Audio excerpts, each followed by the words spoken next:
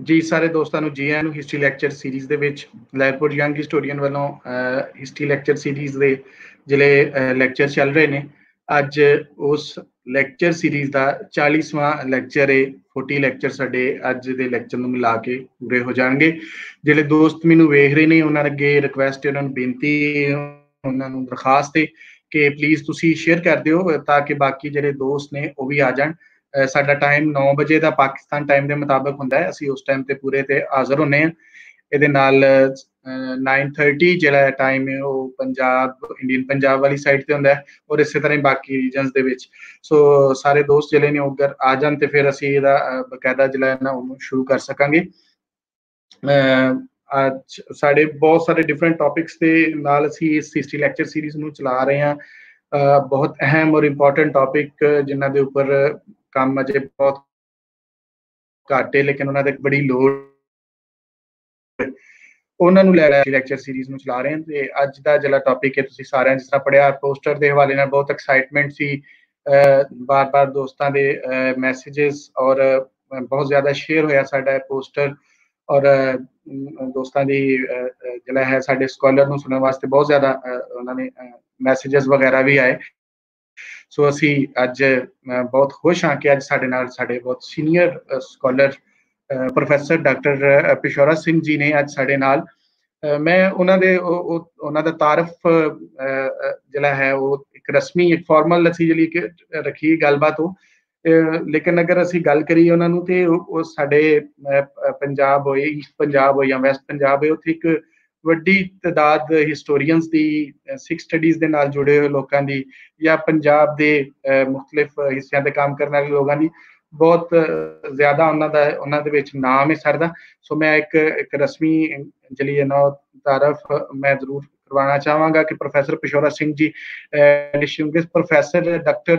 J.S. Seni Chair in Sikh and Punjabi Study University of California Riverside ਦੇ ਵਿੱਚ ਇਸ ਵਕਤ ਸਰ ਉੱਥੇ ਪੜ੍ਹਾ ਰਹੇ ਨੇ।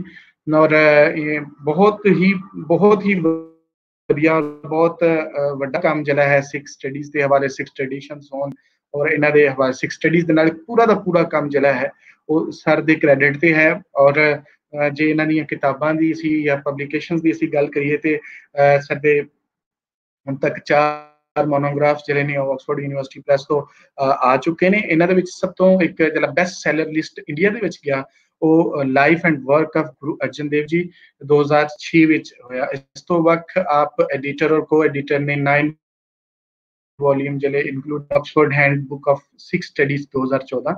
ਰੀਸੈਂਟ ਮੋਨੋਗ੍ਰਾਫ ਜਿਹੜਾ ਹੈ ਡਿਕਸ਼ਨਰੀ ਆਫ ਸਿੱਖ ਸਟੱਡੀਜ਼, ਉਹ ਆਕਸਫੋਰਡ ਦਾ ਜਿਸ ਤਰ੍ਹਾਂ ਇੱਕ ਕੁਇਕ ਰੈਫਰੈਂਸ ਹੁੰਦਾ 2019 ਦੇ ਵਿੱਚ ਗੁਰੂ ਨਾਨਕ ਜੀ ਦੇ 550ਵੇਂ ਗੁਰਪੁਰਬ ਤੇ ਉਹ ਲਾਂਚ ਹੋਈ।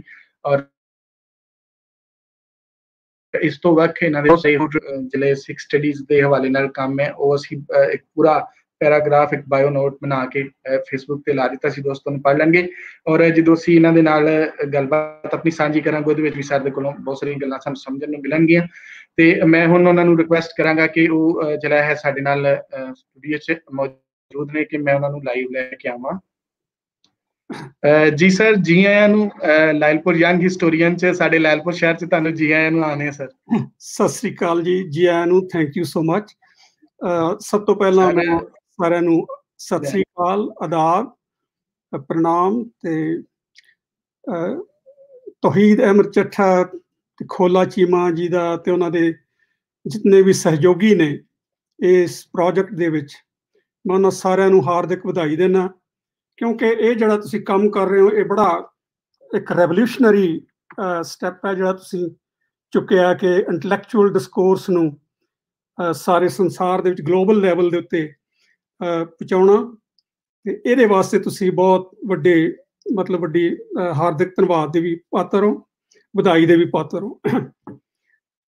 ਅੱਜ ਜਿਹੜੀ ਮੈਂ ਗੱਲ ਕਰਨ ਜਾ ਰਿਹਾ ਤੁਹਾਡੇ ਨਾਲ, ਮੈਂ 4 ਮੇਰੇ ਟੌਪਿਕਸ ਦੇ ਥੀਮ ਹੋਣਗੇ। ਸਭ ਤੋਂ ਪਹਿਲਾ ਥੀਮ ਹੋਊਗਾ global significance of Kartarpur corridor. ਦੂਸਰਾ ਮੇਰਾ ਥੀਮ ਹੋਊਗਾ ਕਿ ਕਰਤਾਰਪੁਰ ਸਾਹਿਬ ਕਿਸ ਤਰ੍ਹਾਂ ਗੁਰੂ ਨਾਨਕ ਸਾਹਿਬ ਨੇ ਐਸਟੈਬਲਿਸ਼ ਕੀਤਾ, ਇਹ ਟਾਊਨ ਕਿਸ ਤਰ੍ਹਾਂ ਹੋਣ ਦੇ ਵਿੱਚ ਕਿਵੇਂ ਆਇਆ। ਤੇ ਤੀਸਰਾ ਮੈਂ ਜਿਹੜਾ ਥੀਮ ਜਿਹਦੇ ਉੱਤੇ ਗੱਲ ਕਰੂੰਗਾ ਉਹ ਹੈ the role of diaspora Sikhs to initiate the process of Kartarpur corridor. ਤੇ ਫਾਈਨਲ ਜਿਹੜਾ ਮੇਰਾ ਚੌਥਾ ਪੁਆਇੰਟ ਆ ਉਹ ਇਹ ਹੈ ਕਿ ਮੈਂ 1999 ਦੇ ਵਿੱਚ 24 ਮਈ ਨੂੰ ਵਿਜ਼ਿਟ ਕੀਤਾ ਸੀ ਪਾਕਿਸਤਾਨ ਪਹਿਲੀ ਵਾਰ ਆਪਣੀ ਲਾਈਫ ਦੇ ਵਿੱਚ, ਤੇ ਉਦੋਂ ਕਰਤਾਰਪੁਰ ਸਾਹਿਬ ਗਿਆ ਸੀ ਉਹ ਪ੍ਰੋਜੈਕਟ ਨੂੰ ਦੇਖਣ ਵਾਸਤੇ। ਉਹ ਮੇਰੇ ਜਿਹੜੇ ਤਜਰਬੇ ਨੇ ਉਸ ਵੇਲੇ ਦੇ, ਜਿੰਨਾ ਕੁ ਮੈਨੂੰ ਯਾਦ ਆਊਗਾ ਉਹ ਮੈਂ ਤੁਹਾਡੇ ਨਾਲ ਸਾਂਝੇ ਕਰੂੰਗਾ। ਸੋ ਸਭ ਤੋਂ ਪਹਿਲਾਂ ਜਿਹੜਾ ਹੈ global significance of Kartarpur corridor.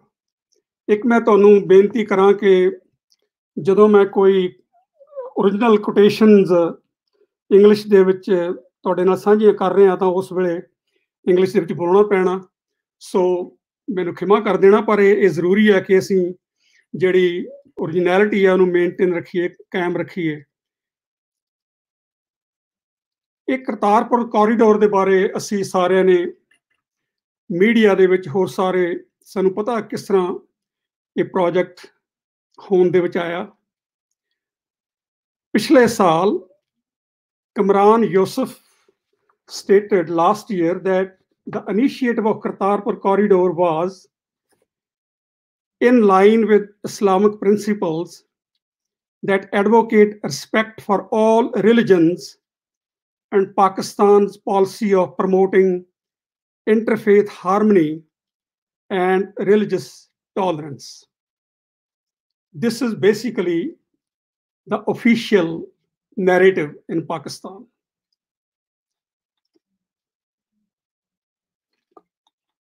ਅਸੀਂ ਜਦੋਂ ਸਕਾਲਰਸ਼ਿਪ ਦੇ ਵਿੱਚ, ਸਕਾਲਰਲੀ ਲੈਵਲ ਦੇ ਉੱਤੇ ਗੱਲ ਕਰਦੇ ਹਾਂ ਰਿਲੀਜੀਅਸ ਟੋਲਰੈਂਸ ਦੀ, ਅਮਰੀਕਾ ਦੇ ਵਿੱਚ ਜਾਂ ਹੋਰ ਵੈਸਟਰਨ ਕੰਟਰੀਜ਼ ਦੇ ਵਿੱਚ, ਅੱਜ ਕੱਲ੍ਹ ਦੀ ਜਿਹੜੀ ਨਵੀਂ ਸੋਚ ਹੈ ਉਹ ਇਹ ਕਹਿੰਦੇ ਆ ਕਿ ਰਿਲੀਜੀਅਸ ਟੋਲਰੈਂਸ ਦੇ ਵਿੱਚ ਇਹ ਆਈਡੀਆ ਕਈ ਵਾਰੀ ਸਾਨੂੰ ਲੱਗਦਾ ਕਿ ਹਾਂ ਤੁਸੀਂ ਸਾਡੇ ਨਾਲ ਰਹਿੰਦੇ ਹੋ, ਅਸੀਂ ਤੁਹਾਨੂੰ ਬਰਦਾਸ਼ਤ ਕਰਦੇ ਹਾਂ, ਤੁਹਾਨੂੰ ਟੋਲਰੇਟ ਕਰਦੇ ਹਾਂ, ਪਰ ਸਾਡੇ ਵਾਸਤੇ ਕੋਈ ਜ਼ਰੂਰੀ ਨਹੀਂ ਕਿ ਅਸੀਂ ਤੁਹਾਨੂੰ ਸਮਝ ਵੀ ਸਕੀਏ, ਤੁਹਾਡੇ ਬਾਰੇ ਜਾਣ ਵੀ ਸਕੀਏ, ਸੋ ਆਓ ਆਪਾਂ ਰਹਿ ਲਈਏ ਤੇ ਅਸੀਂ ਟੋਲਰੇਟ ਕਰਦੇ ਹਾਂ। ਸੋ ਇਸ ਕਿਸਮ ਦੇ ਆਈਡੀਆ ਨੂੰ ਸਾਡੇ ਜਿਹੜੇ ਵਿਦਵਾਨ ਨੇ ਉਹ ਕੋਈ ਬਹੁਤਾ ਅਹਿਮੀਅਤ ਨਹੀਂ ਦਿੰਦੇ। ਉਹ ਕਹਿੰਦੇ ਨੇ ਅੱਜ ਕੱਲ੍ਹ ਦੀ ਜਿਹੜੀ ਸੋਚ ਆ ਉਹ ਇਹ ਹੈ ਕਿ ਰਿਲੀਜੀਅਸ ਟੋਲਰੈਂਸ ਦੀ ਬਜਾਏ ਜਿਹੜੀ ਰਿਲੀਜੀਅਸ ਅੰਡਰਸਟੈਂਡਿੰਗ ਹੈ, ਡਾਇਲਾਗ ਹੈ, ਉਹਨੂੰ ਪ੍ਰਮੋਟ ਕਰੀਏ, ਜਿਹਦੇ ਨਾਲ ਜਿਹੜੀ ਰਿਲੀਜੀਅਸ ਡਾਇਵਰਸਿਟੀ ਹੈ ਉਹ ਸਾਡੇ ਸਾਹਮਣੇ ਪ੍ਰਗਟ ਹੋਵੇ ਤੇ ਇੱਕ ਦੂਜੇ ਨੂੰ ਅਸੀਂ ਗਲਵਖੜੀ ਪਾ ਸਕੀਏ, ਅੰਡਰਸਟੈਂਡ ਕਰ ਸਕੀਏ, ਉਹਨਾਂ ਨਾਲ ਮਿਲ ਕੇ ਬੈਠ ਸਕੀਏ। ਹੁਣ ਜੇ ਤੁਸੀਂ ਮੈਨੂੰ ਕਹੋ ਮੈਂ ਇਸ ਸਟੇਟਮੈਂਟ ਨੂੰ ਕਿਸ ਤਰ੍ਹਾਂ ਪ੍ਰੈਜ਼ੈਂਟ ਕਰਾਂ ਤਾਂ ਮੈਂ ਇਸ ਤਰ੍ਹਾਂ ਕਰੂੰਗਾ, by constructing a magnificent complex around the Gurudwara Darbar Sahib Kartarpur and by opening a corridor to link Dera Baba Nanak in India, Pakistan has achieved the ideal of a nation state at the global level, where minority communities are not only tolerated, but rather they are celebrated and their rights are fully protected. ਇਹ ਜਿਹੜੀ celebration ਹੈ, ਇਹ ਜਿਹੜਾ Kartarpur corridor, Kartarpur ਦਾ ਜਿਹੜਾ ਐਡਾ ਵੱਡਾ ਮਹਾਨ ਕਾਰਜ ਪਾਕਿਸਤਾਨ ਸਰਕਾਰ ਨੇ ਕਰ ਦਿੱਤਾ, ਇਹ ਇਸ ਅਜੋਕੇ ਯੁੱਗ ਦੀ ਸਭ ਤੋਂ ਵੱਡੀ ਪ੍ਰਾਪਤੀ ਹੈ ਪਾਕਿਸਤਾਨ ਦੀ, ਔਰ ਗਲੋਬਲ ਲੈਵਲ ਤੇ ਇਹਦਾ ਪਸਾਰਾ ਹੋ ਗਿਆ। ਮਿਲੀਅਨਸ ਔਰ ਮਿਲੀਅਨਸ ਜਿੰਨੇ ਜਿਹੜੇ ਕਰੋੜਾਂ ਸਿੱਖ ਨੇ ਉਹ 1947 ਤੋਂ ਬਾਅਦ ਅਰਦਾਸਾਂ ਕਰਦੇ ਆ ਰਹੇ ਸੀ ਕਿ ਹੇ ਸੱਚੇ ਪਾਤਸ਼ਾਹ, ਜਿਹੜੇ ਗੁਰਧਾਮ ਜਿਨ੍ਹਾਂ ਤੋਂ ਪੰਥ ਨੂੰ ਵਿਛੋੜਿਆ ਗਿਆ ਹੈ, ਸਾਨੂੰ ਖੁੱਲੇ ਦਰਸ਼ਨ ਦੀਦਾਰ ਤੇ ਸੇਵਾ ਸੰਭਾਲ ਦਾ ਦਾਨ, ਇਹਦਾ ਮੌਕਾ ਬਖਸ਼ੋ। ਸੋ ਤੁਸੀਂ ਸ਼ਾਇਦ ਤੁਹਾਨੂੰ ਪਤਾ ਹੋਊਗਾ ਕਿ ਹਿੰਦੁਸਤਾਨ ਦੇ ਵਿੱਚ ਡੇਰਾ ਬਾਬਾ ਨਾਨਕ ਤੇ ਉੱਥੇ ਟੈਲੀਸਕੋਪ ਰੱਖੀ ਹੁੰਦੀ ਸੀ। ਉੱਥੇ ਹਰ ਸੰਗਰਾਂਦ ਨੂੰ ਲੋਕੀ ਜਾ ਕੇ ਉਹ ਟੈਲੀਸਕੋਪ ਦੇ ਰਾਹੀਂ ਕਰਤਾਰਪੁਰ ਸਾਹਿਬ ਦੇ ਦਰਬਾਰ ਸਾਹਿਬ ਦੇ ਗੁੰਬਦ ਦੇ ਦਰਸ਼ਨ ਕਰਦੇ ਸਨ। ਸੋ ਤੁਹਾਨੂੰ ਇਸ ਪ੍ਰੈਕਟਿਸ ਤੋਂ ਪਤਾ ਲੱਗ ਜਾਣਾ ਚਾਹੀਦਾ ਕਿ ਇਹਦੀ ਕਿੰਨੀ ਕੁ ਮਹਾਨਤਾ ਹੈ। ਸੋ ਇਸੇ ਕਾਰਨ ਹੀ ਐਸੇ ਸਾਲ ਫਰਵਰੀ ਦੇ ਵਿੱਚ 16 ਤੋਂ 19 ਫਰਵਰੀ ਦੇ ਵਿੱਚ United Nations Secretary General Antonio Guterres paid his first official visit as Secretary General to Pakistan from 16 to 19 February 2020. The Secretary General finished his official visit by visiting the Kartarpur corridor, which allows Sikhs to travel between nearby holy sites on each side of the India-Pakistan border. ਹੁਣ ਮੈਂ ਇਹ ਤੁਹਾਨੂੰ United nations ਦਾ ਜਿਹੜੀ official site ਹੈ ਉੱਥੇ ਦੀ ਜਿਹੜੀ ਮੈਂ ਪੜ੍ਹ ਕੇ ਸੁਣਾ ਰਿਹਾ ਵਾਂ ਤੇ ਉਹ ਇਹ ਕਹਿੰਦਾ the Secretary General said this corridor is a corridor of hope. He told the press after his visit, when we see so many parts of the world fighting in the name of religion, it's necessary to say that religions unite us for peace, and that the best symbol is this shrine.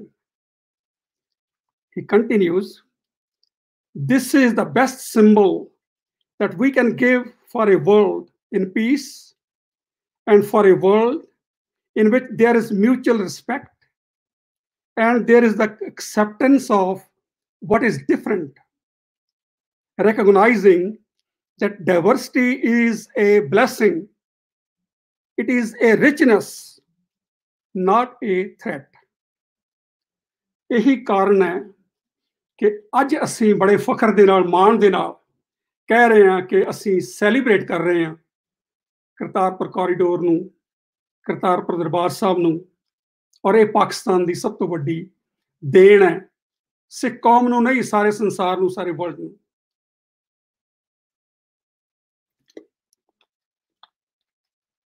ਆ 2-4 ਦਿਨ ਹੋਏ ਬੜਾ ਵੱਡਾ ਹਾਦਸਾ ਸ਼ੇਖੂਪੁਰੇ ਦੇ ਵਿੱਚ ਹੋਇਆ। ਸਾਨੂੰ ਸਾਰਿਆਂ ਨੂੰ ਪਤਾ ਕਿ ਪਸ਼ਾਵਰ ਦੇ ਇਲਾਕੇ ਦੇ ਜਿਹੜੇ 20 ਸਿੱਖ ਮਰਦ ਤੇ ਔਰਤਾਂ ਨਨਕਾਣਾ ਸਾਹਿਬ ਦੇ ਦਰਸ਼ਨਾਂ ਤੋਂ ਬਾਅਦ ਫਿਰ ਜਦੋਂ ਸੱਚਾ ਸੌਦਾ ਵੱਲ ਜਾ ਰਹੇ ਸਨ ਤਾਂ ਉਹਨਾਂ ਦੇ ਟ੍ਰੇਨ ਦੇ ਹਾਦਸੇ ਦੇ ਨਾਲ ਮੌਤ ਹੋ ਗਈ। ਇਹ ਸਾਰੇ ਸੰਸਾਰ ਨੂੰ ਇਸ ਘਟਨਾ ਨੇ ਝੰਜੋੜ ਕੇ ਰੱਖ ਦਿੱਤਾ। ਪਰ ਮੈਨੂੰ ਸਭ ਤੋਂ ਜ਼ਿਆਦਾ ਖੁਸ਼ੀ ਉਦੋਂ ਹੋਈ ਜਦੋਂ federal minister of religious affairs Noor ul Haq Qadri ਐਤਵਾਰ ਨੂੰ visited gurdwara Bhai Joga Singh Mohalla Jogan Shah and expressed grief and sorrow with the victim families of Sheikhupura accident. ਇਹ ਹੈ ਕਿ ਅਸੀਂ ਇੱਕ ਦੂਜੇ ਦੇ ਦੁੱਖ ਨੂੰ, ਦਰਦ ਨੂੰ ਕਿਸ ਤਰ੍ਹਾਂ ਸਾਂਝਾ ਕਰਨਾ ਹੈ, ਵੰਡਾਉਣਾ ਹੈ ਤੇ ਉਹਨਾਂ 'ਚ ਸ਼ਰੀਕ ਹੋਣਾ ਹੈ। ਇਹ ਕਰਤਾਰਪੁਰ ਕੋਰੀਡੋਰ ਦਾ ਮਸਲਾ ਹੀ ਇਹ ਹੈ ਕਿ ਅਸੀਂ ਸ਼ਾਂਤੀ ਨੂੰ ਤੇ ਸਦਭਾਵਨਾ ਨੂੰ, ਰਿਲੀਜੀਅਸ ਅੰਡਰਸਟੈਂਡਿੰਗ ਨੂੰ ਸਾਰੇ ਸੰਸਾਰ ਦੇ ਵਿੱਚ ਇੰਨਾ ਉੱਚਾ ਲੈ ਜਾਈਏ ਤਾਂ ਕਿ ਸਾਨੂੰ ਉਹ ਗੁਰੂ ਨਾਨਕ ਪਾਤਸ਼ਾਹ ਦਾ ਦਰਸਾਇਆ ਹੋਇਆ ਮਾਰਗ ਹੈ ਜਿਹੜਾ ਕਿ ਕੋਈ ਵੀ ਬੇਗਾਨਾ ਨਹੀਂ, ਨਾ ਕੋਈ ਹਿੰਦੂ ਨਾ ਮੁਸਲਮਾਨ, ਅਸੀਂ ਸਾਰੇ ਹੀ ਇਨਸਾਨ ਆ ਪਰਮਾਤਮਾ ਦੇ, ਉਹ ਸਾਡੇ ਹਿਰਦੇ ਦੇ ਵਿੱਚ, ਸਾਡੇ ਮਨ ਦੇ ਵਿੱਚ ਉਕਰਿਆ ਰਵੇ। ਹੁਣ ਮੈਂ ਕਰਤਾਰਪੁਰ ਸਾਹਿਬ ਦੇ ਬਾਰੇ ਥੋੜਾ ਜਿਹਾ ਦੱਸਣਾ ਚਾਹੁੰਦਾ ਕਿ ਇਹ ਕਿਸ ਤਰ੍ਹਾਂ ਹੋਣ ਦੇ ਵਿੱਚ ਆਇਆ। ਅਸੀਂ ਜਾਣਦੇ ਹਾਂ ਸਾਹਿਬ ਗੁਰੂ ਨਾਨਕ ਪਾਤਸ਼ਾਹ 30 ਸਾਲ ਦੀ ਅਵਸਥਾ ਦੇ ਵਿੱਚ ਉਹਨਾਂ ਨੇ ਜਦੋਂ ਉਹਨਾਂ ਦਾ ਉਹ ਸਿਖਰਲਾ ਆਤਮਿਕ ਅਨੁਭਵ ਹੋਇਆ, ਬੇਈ ਨਦੀ ਦੀ ਸਾਖੀ ਅਸੀਂ ਸਾਰੇ ਜਾਣਦੇ ਹਾਂ। ਜਦੋਂ ਉਹਨਾਂ ਨੂੰ ਅਕਾਲ ਪੁਰਖ ਨੇ ਇਹ ਹੁਕਮ ਕਰ ਦਿੱਤਾ ਕਿ ਸੰਸਾਰ ਦੇ ਵਿੱਚ ਜਾਓ, ਸੱਚੇ ਨਾਮ ਦਾ ਪਸਾਰਾ ਕਰੋ, ਤਾਂ ਉਹਨਾਂ ਨੇ ਹਿੰਦੁਸਤਾਨ ਦੇ ਵਿੱਚ, ਕਾਬਲ ਕੰਧਾਰ, ਸਾਰੇ ਦੁਨੀਆ ਦੇ ਵਿੱਚ ਨਾਮ ਦਾ ਹੋਕਾ ਦੇਣ ਵਾਸਤੇ 4 ਉਦਾਸੀਆਂ ਕੀਤੀਆਂ, ਯਾਤਰਾਵਾਂ ਕੀਤੀਆਂ।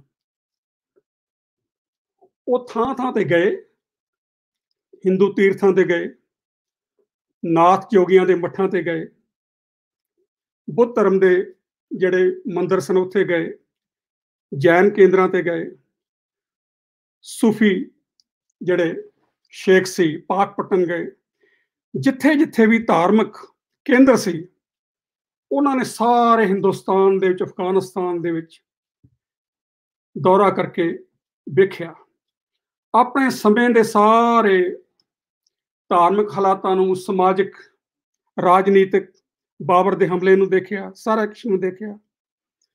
ਸੋ ਉਹਨਾਂ ਨੇ ਆਖਰ ਦੇ ਵਿੱਚ ਫਿਰ ਇਹ ਕਰਤਾਰਪੁਰ ਸਾਹਿਬ ਦੇ ਸਥਾਨ ਦੇ ਉੱਤੇ ਇਹ ਸ਼ਹਿਰ ਨੂੰ, ਟਾਊਨ ਨੂੰ ਵਸਾਉਣ ਦਾ ਉਪਰਾਲਾ ਕਿਉਂ ਕੀਤਾ?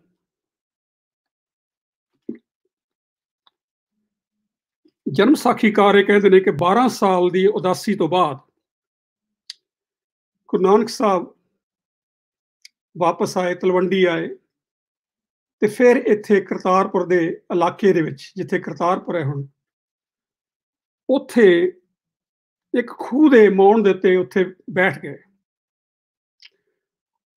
ਸਾਡੇ ਬੜੇ ਸਤਿਕਾਰਯੋਗ ਜਿਹੜੇ ਪਾਕਿਸਤਾਨ ਦੇ ਬੜੇ ਵੱਡੇ ਸ਼ਾਇਰ ਸਨ, ਕਵੀ ਸਨ, ਪੰਜਾਬੀ ਕਲਚਰ ਦੇ ਅਲੰਬਰਦਾਰ ਸਨ, ਮੁਹੰਮਦ ਅਫਜ਼ਲ ਰੰਧਾਵਾ, ਉਹ ਇਹ ਦਾਅਵਾ ਕਰਦੇ ਸੀ ਕਿ ਉਹ ਖੂਹ ਸਾਡਾ ਸੀ। ਉਹ ਜਿੱਤੇ ਰੰਧਾਵੇ ਦਾ ਖੂਹ ਸੀ ਤੇ ਸਾਡੇ ਰੰਧਾਵਿਆਂ ਦੇ ਖੂਹ ਤੇ ਗੁਰੂ ਨਾਨਕ ਸਾਹਿਬ ਆਏ। ਉਹਨਾਂ ਨੂੰ ਮਾਣ ਸੀ ਕਿ ਸਾਡਾ ਕਰਤਾਰਪੁਰ ਸਾਡੇ ਰੰਧਾਵਿਆਂ ਦੀ ਜਗ੍ਹਾ ਦੇ ਵਿੱਚ, ਉਹ ਜ਼ਮੀਨ ਦੇ ਵਿੱਚ ਉੱਥੇ ਬਣਿਆ। ਇਹ ਬੜੇ ਫਖਰ ਦੀ ਗੱਲ ਹੈ ਕਿ ਇਸ ਕਰਤਾਰਪੁਰ ਦੇ ਨਾਂ ਦੇ ਉੱਤੇ ਹਰ ਇੱਕ ਨੂੰ ਮਾਣ ਹੈ, ਫਖਰ ਹੈ ਕਿ ਸਾਡਾ ਇਹਦੇ ਨਾਲ ਲਿੰਕ ਹੈ, ਇਹਦੇ ਨਾਲ ਸਾਡਾ ਸੰਯੋਗ ਹੈ। ਪਰ ਇਹ ਕਰਤਾਰਪੁਰ ਗੁਰੂ ਨਾਨਕ ਸਾਹਿਬ ਨੇ, ਇਹ ਠੀਕ ਹੈ ਕਿ 12 ਸਾਲ ਬਾਅਦ ਆਏ ਉੱਥੇ। ਇੱਕ ਦੇਖਣ ਦੀ ਗੱਲ ਇਹ ਹੈ, ਸਾਖੀਕਾਰ ਨੇ ਜਿਹੜੇ ਜਨਮ ਸਾਖੀਆਂ ਦੇ ਵਿੱਚੋਂ ਸਾਨੂੰ ਕੋਈ ਬਹੁਤੀ ਇਤਿਹਾਸਕ ਸਮੱਗਰੀ ਨਹੀਂ ਮਿਲਦੀ, ਔਰ ਹੁਣੇ ਇੱਕ ਸਾਡਾ ਵਿਦਵਾਨ ਹੈ ਗੁਰਿੰਦਰ ਸਿੰਘ ਮਾਨ, ਉਹਨੇ ਕਿਸੇ ਹੋਰ ਐਂਗਲ ਤੋਂ, ਕਲਚਰਲ ਆਸਪੈਕਟ ਤੋਂ, ਤੇ ਉੱਥੇ ਜਿਓਗ੍ਰਾਫੀਕਲ, ਕਿਉਂਕਿ ਉਹਦਾ ਇਲਾਕਾ ਚੱਲ ਬਟਾਲੇ ਦਾ ਸੀ, ਤੇ ਉਹਨੇ ਜੇ ਉੱਥੇ ਜਾ ਕੇ ਸਾਰੇ ਦੇਖਿਆ ਤੇ ਇਹਦੇ ਬਾਰੇ ਆਪਣੇ ਖਿਆਲ ਪ੍ਰਗਟ ਕੀਤੇ। ਇਹ ਬੜਾ ਅੱਛਾ ਉਦਮ ਹੈ, ਪਰ ਇਹ ਤੋਂ ਹੋਰ ਅੱਗੇ ਜਾਣ ਦੀ ਲੋੜ ਹੈ, ਕਿਉਂਕਿ ਹੁਣ ਜਦੋਂ ਕਰਤਾਰਪੁਰ ਕੋਰੀਡੋਰ ਦੀ ਖੁਦਾਈ ਸਮੇਂ ਉਹਨਾਂ ਨੂੰ ਇੱਕ ਹੋਰ ਖੂਹ ਮਿਲਿਆ, 500 ਸਾਲ ਤੋਂ ਵੱਧ ਪੁਰਾਣਾ ਖੂਹ ਮਿਲਿਆ। ਅਸੀਂ ਅਖਬਾਰਾਂ 'ਚ ਪੜ੍ਹਿਆ, ਦੇਖਿਆ, ਸੋਸ਼ਲ ਮੀਡੀਆ ਤੇ ਆਇਆ।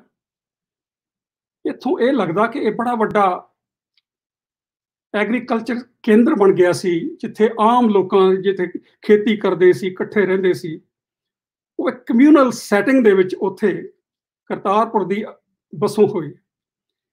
ਮੈਨੂੰ ਇੰਝ ਲੱਗਦਾ ਕਿ 12 ਸਾਲ ਦੀ ਉਦਾਸੀ ਤੋਂ ਬਾਅਦ 1499 ਤੋਂ 1511 ਦੇ ਲਾਗੇ ਇੱਥੇ ਖੂਹ ਦੇ ਉੱਤੇ ਬੈਠੇ ਸੀ ਬਾਬਾ ਜੀ। ਉਹਨਾਂ ਨੂੰ ਪਸੰਦ ਆਈ ਇਹਦੀ ਹਰਿਆਵਲ, ਸ਼ਾਂਤੀ, ਤੇ ਉੱਥੇ ਦਾ ਵਾਤਾਵਰਨ ਇੰਨਾ ਕਮਾਲ ਦਾ ਲੱਗਿਆ ਕਿ ਉਹ ਖੁਸ਼ ਹੋ ਗਏ ਉੱਥੇ ਦੇਖ ਕੇ। ਹੁਣ ਉਹਦੇ ਨਾਲ ਹੀ ਜੇ ਤੁਸੀਂ ਦੇਖੀਏ ਗੁਰੂ ਨਾਨਕ ਸਾਹਿਬ ਦੇ ਸਹੁਰੇ ਨੇ ਨਾਲ ਹੀ ਹੈ ਉੱਥੇ, ਮੂਲਾ ਚੌਣਾ ਖੱਤਰੀ ਜਿਹੜੇ ਸੀ, ਪੱਖੋ ਕੀ ਰੰਧਾਵੀ, ਉਹਨਾਂ ਦੀ ਪ੍ਰਾਪਰਟੀ ਬਟਾਲੇ ਦੇ ਵਿੱਚ ਵੀ ਸੀ। ਤੇ ਇਹ ਇੱਕ ਸਾਨੂੰ ਇਹ ਵੀ ਦੇਖਣ ਦਾ ਖਿਆਲ ਆ ਕਿ ਉਹ ਬੜਾ ਕੋਲ ਨਜ਼ਦੀਕ ਹੈ। ਔਰ ਗੁਰੂ ਨਾਨਕ ਸਾਹਿਬ ਦੇ ਪਿਤਾ ਜੀ ਮਹਿਤਾ ਕਲਿਆਣ ਚੰਦ, ਉਹ ਵੀ ਪਟਵਾਰੀ ਸੀ, ਤੇ ਇਹ ਜਿਹੜੇ ਮੂਲਾ ਚੋਣਾ ਸੀਗਾ, ਇਹ ਵੀ ਪਟਵਾਰੀ ਸੀ। ਇਹ ਦੋਨੇ ਹੀ ਜ਼ਿਮੀਂਦਾਰਾਂ ਦੇ ਨਾਲ ਇਹਨਾਂ ਦਾ ਵਾਹ ਸੀ, ਤੇ ਮਾਮਲਾ ਗਰਾਹ ਕੇ ਲਾਹੌਰ ਦੇ ਵਿੱਚ ਦੇਣ ਜਾਂਦੇ ਸੀ, ਜਿਸ ਤਰ੍ਹਾਂ ਅੱਜ ਕੱਲ੍ਹ ਪਟਵਾਰੀਆਂ ਦੀ ਜਿਹੜੀ ਸਾਨੂੰ ਪ੍ਰੈਕਟਿਸ ਦਾ ਪਤਾ। ਇੰਝ ਲੱਗਦਾ ਕਿ ਜਦੋਂ ਗੁਰੂ ਨਾਨਕ ਸਾਹਿਬ ਨੇ ਉਹ ਜਗ੍ਹਾ ਨੂੰ ਪਸੰਦ ਕੀਤਾ, ਤੇ ਮੂਲੇ ਚੌਣੇ ਨੇ, ਜਿੱਤੇ ਰੰਧਾਵੇ ਨੇ, ਸਾਰਿਆਂ ਨੇ ਮਿਲ ਕੇ ਇਹ ਫੈਸਲਾ ਕਰ ਲਿਆ ਕਿ ਇੱਥੇ ਅਸੀਂ ਗੁਰੂ ਨਾਨਕ ਸਾਹਿਬ ਦੇ ਰਹਿਣ ਦਾ ਮਕਾਨ, ਘਰ ਬਣਾ ਦੇਣਾ। ਪਰ ਗੁਰੂ ਨਾਨਕ ਸਾਹਿਬ ਅਜੇ ਤਿਆਰ ਨਹੀਂ ਸਨ ਕਿ ਅਸੀਂ ਹੋਰ ਉਦਾਸੀਆਂ ਕਰਨੀਆਂ ਨੇ, ਹੋਰ ਦੇਖਣਾ। ਉਹ ਇਹ ਗੱਲਾਂ ਕਹਿ ਕੇ ਚਲੇ ਗਏ, ਪਰ ਇਹ ਕਾਰਜ ਉਸ ਵੇਲੇ ਆਰੰਭ ਹੋ ਚੁੱਕਿਆ ਸੀ। ਇਹ ਕਹਿਣਾ ਕਿ ਬਾਬਰ ਦੇ ਹਮਲੇ ਤੋਂ ਬਾਅਦ ਆ ਕੇ ਇੱਥੇ ਗੁਰੂ ਨਾਨਕ ਸਾਹਿਬ ਨੇ ਸ਼ੁਰੂ ਕੀਤਾ, ਉਸਾਰੀ ਕੀਤੀ, ਇਹ ਪਿੰਡ ਵਸਾਇਆ, ਕਰਤਾਰਪੁਰ ਦਾ ਇਲਾਕਾ ਬਣਾਇਆ, ਇਹ ਗੱਲ ਲੱਗਦੀ ਨਹੀਂ। ਕਿਉਂਕਿ ਭਾਈ ਗੁਰਦਾਸ ਜੀ ਕਹਿੰਦੇ ਨੇ, ਫਿਰ ਬਾਬਾ ਆਇਆ ਕਰਤਾਰਪੁਰ, ਭੇਖ ਉਦਾਸੀ ਸਗਲ ਉਤਾਰਾ, ਪੈਰ ਸੰਸਾਰੀ ਕੱਪੜੇ, ਮੰਜੀ ਬੈਠ ਗਿਆ ਅਵਤਾਰਾ। ਜੇ ਕਰਤਾਰਪੁਰ ਪਹਿਲਾਂ ਵਸਦਾ ਸੀ ਤਾਂ ਹੀ ਉੱਥੇ ਬਾਬਾ ਆਇਆ। ਸੋ ਉਹ ਬਣ ਚੁੱਕਿਆ ਸੀ। ਉੱਥੇ ਗੁਰੂ ਨਾਨਕ ਸਾਹਿਬ ਦਾ ਪਰਿਵਾਰ ਉੱਥੇ ਆ ਚੁੱਕਿਆ ਸੀ, ਔਰ ਇਹਦੇ ਵਿੱਚ ਜਿਹੜਾ ਰੋਲ ਹੈ ਮੂਲਾ ਚਾਹੁਣਾ ਤੇ ਗੁਰੂ ਨਾਨਕ ਸਾਹਿਬ ਦੇ ਪਿਤਾ ਦੋਨੇ ਪਟਵਾਰੀਆਂ ਦਾ ਰੋਲ ਹੈ। ਜਿੱਤੇ ਰੰਧਾਵੇ ਦਾ ਬਾਬਾ ਬੁੱਢਾ ਵੀ ਰੰਧਾਵਾ ਸੀ, ਇਲਾਕੇ ਦੇ ਸੀ, ਔਰ ਉਹਨਾਂ ਨੇ ਇਸ ਜਗ੍ਹਾ ਨੂੰ ਉਸੇ ਤਰ੍ਹਾਂ ਜ਼ਮੀਨਾਂ ਕਰਕੇ ਇਸ ਤਰ੍ਹਾਂ ਆਬਾਦ ਕਰਨ ਦੀ ਕੋਸ਼ਿਸ਼ ਕੀਤੀ। ਤੇ ਇਹਦਾ ਨਾਮ ਕਰਤਾਰਪੁਰ ਕਿਉਂ ਰੱਖਿਆ ਗਿਆ?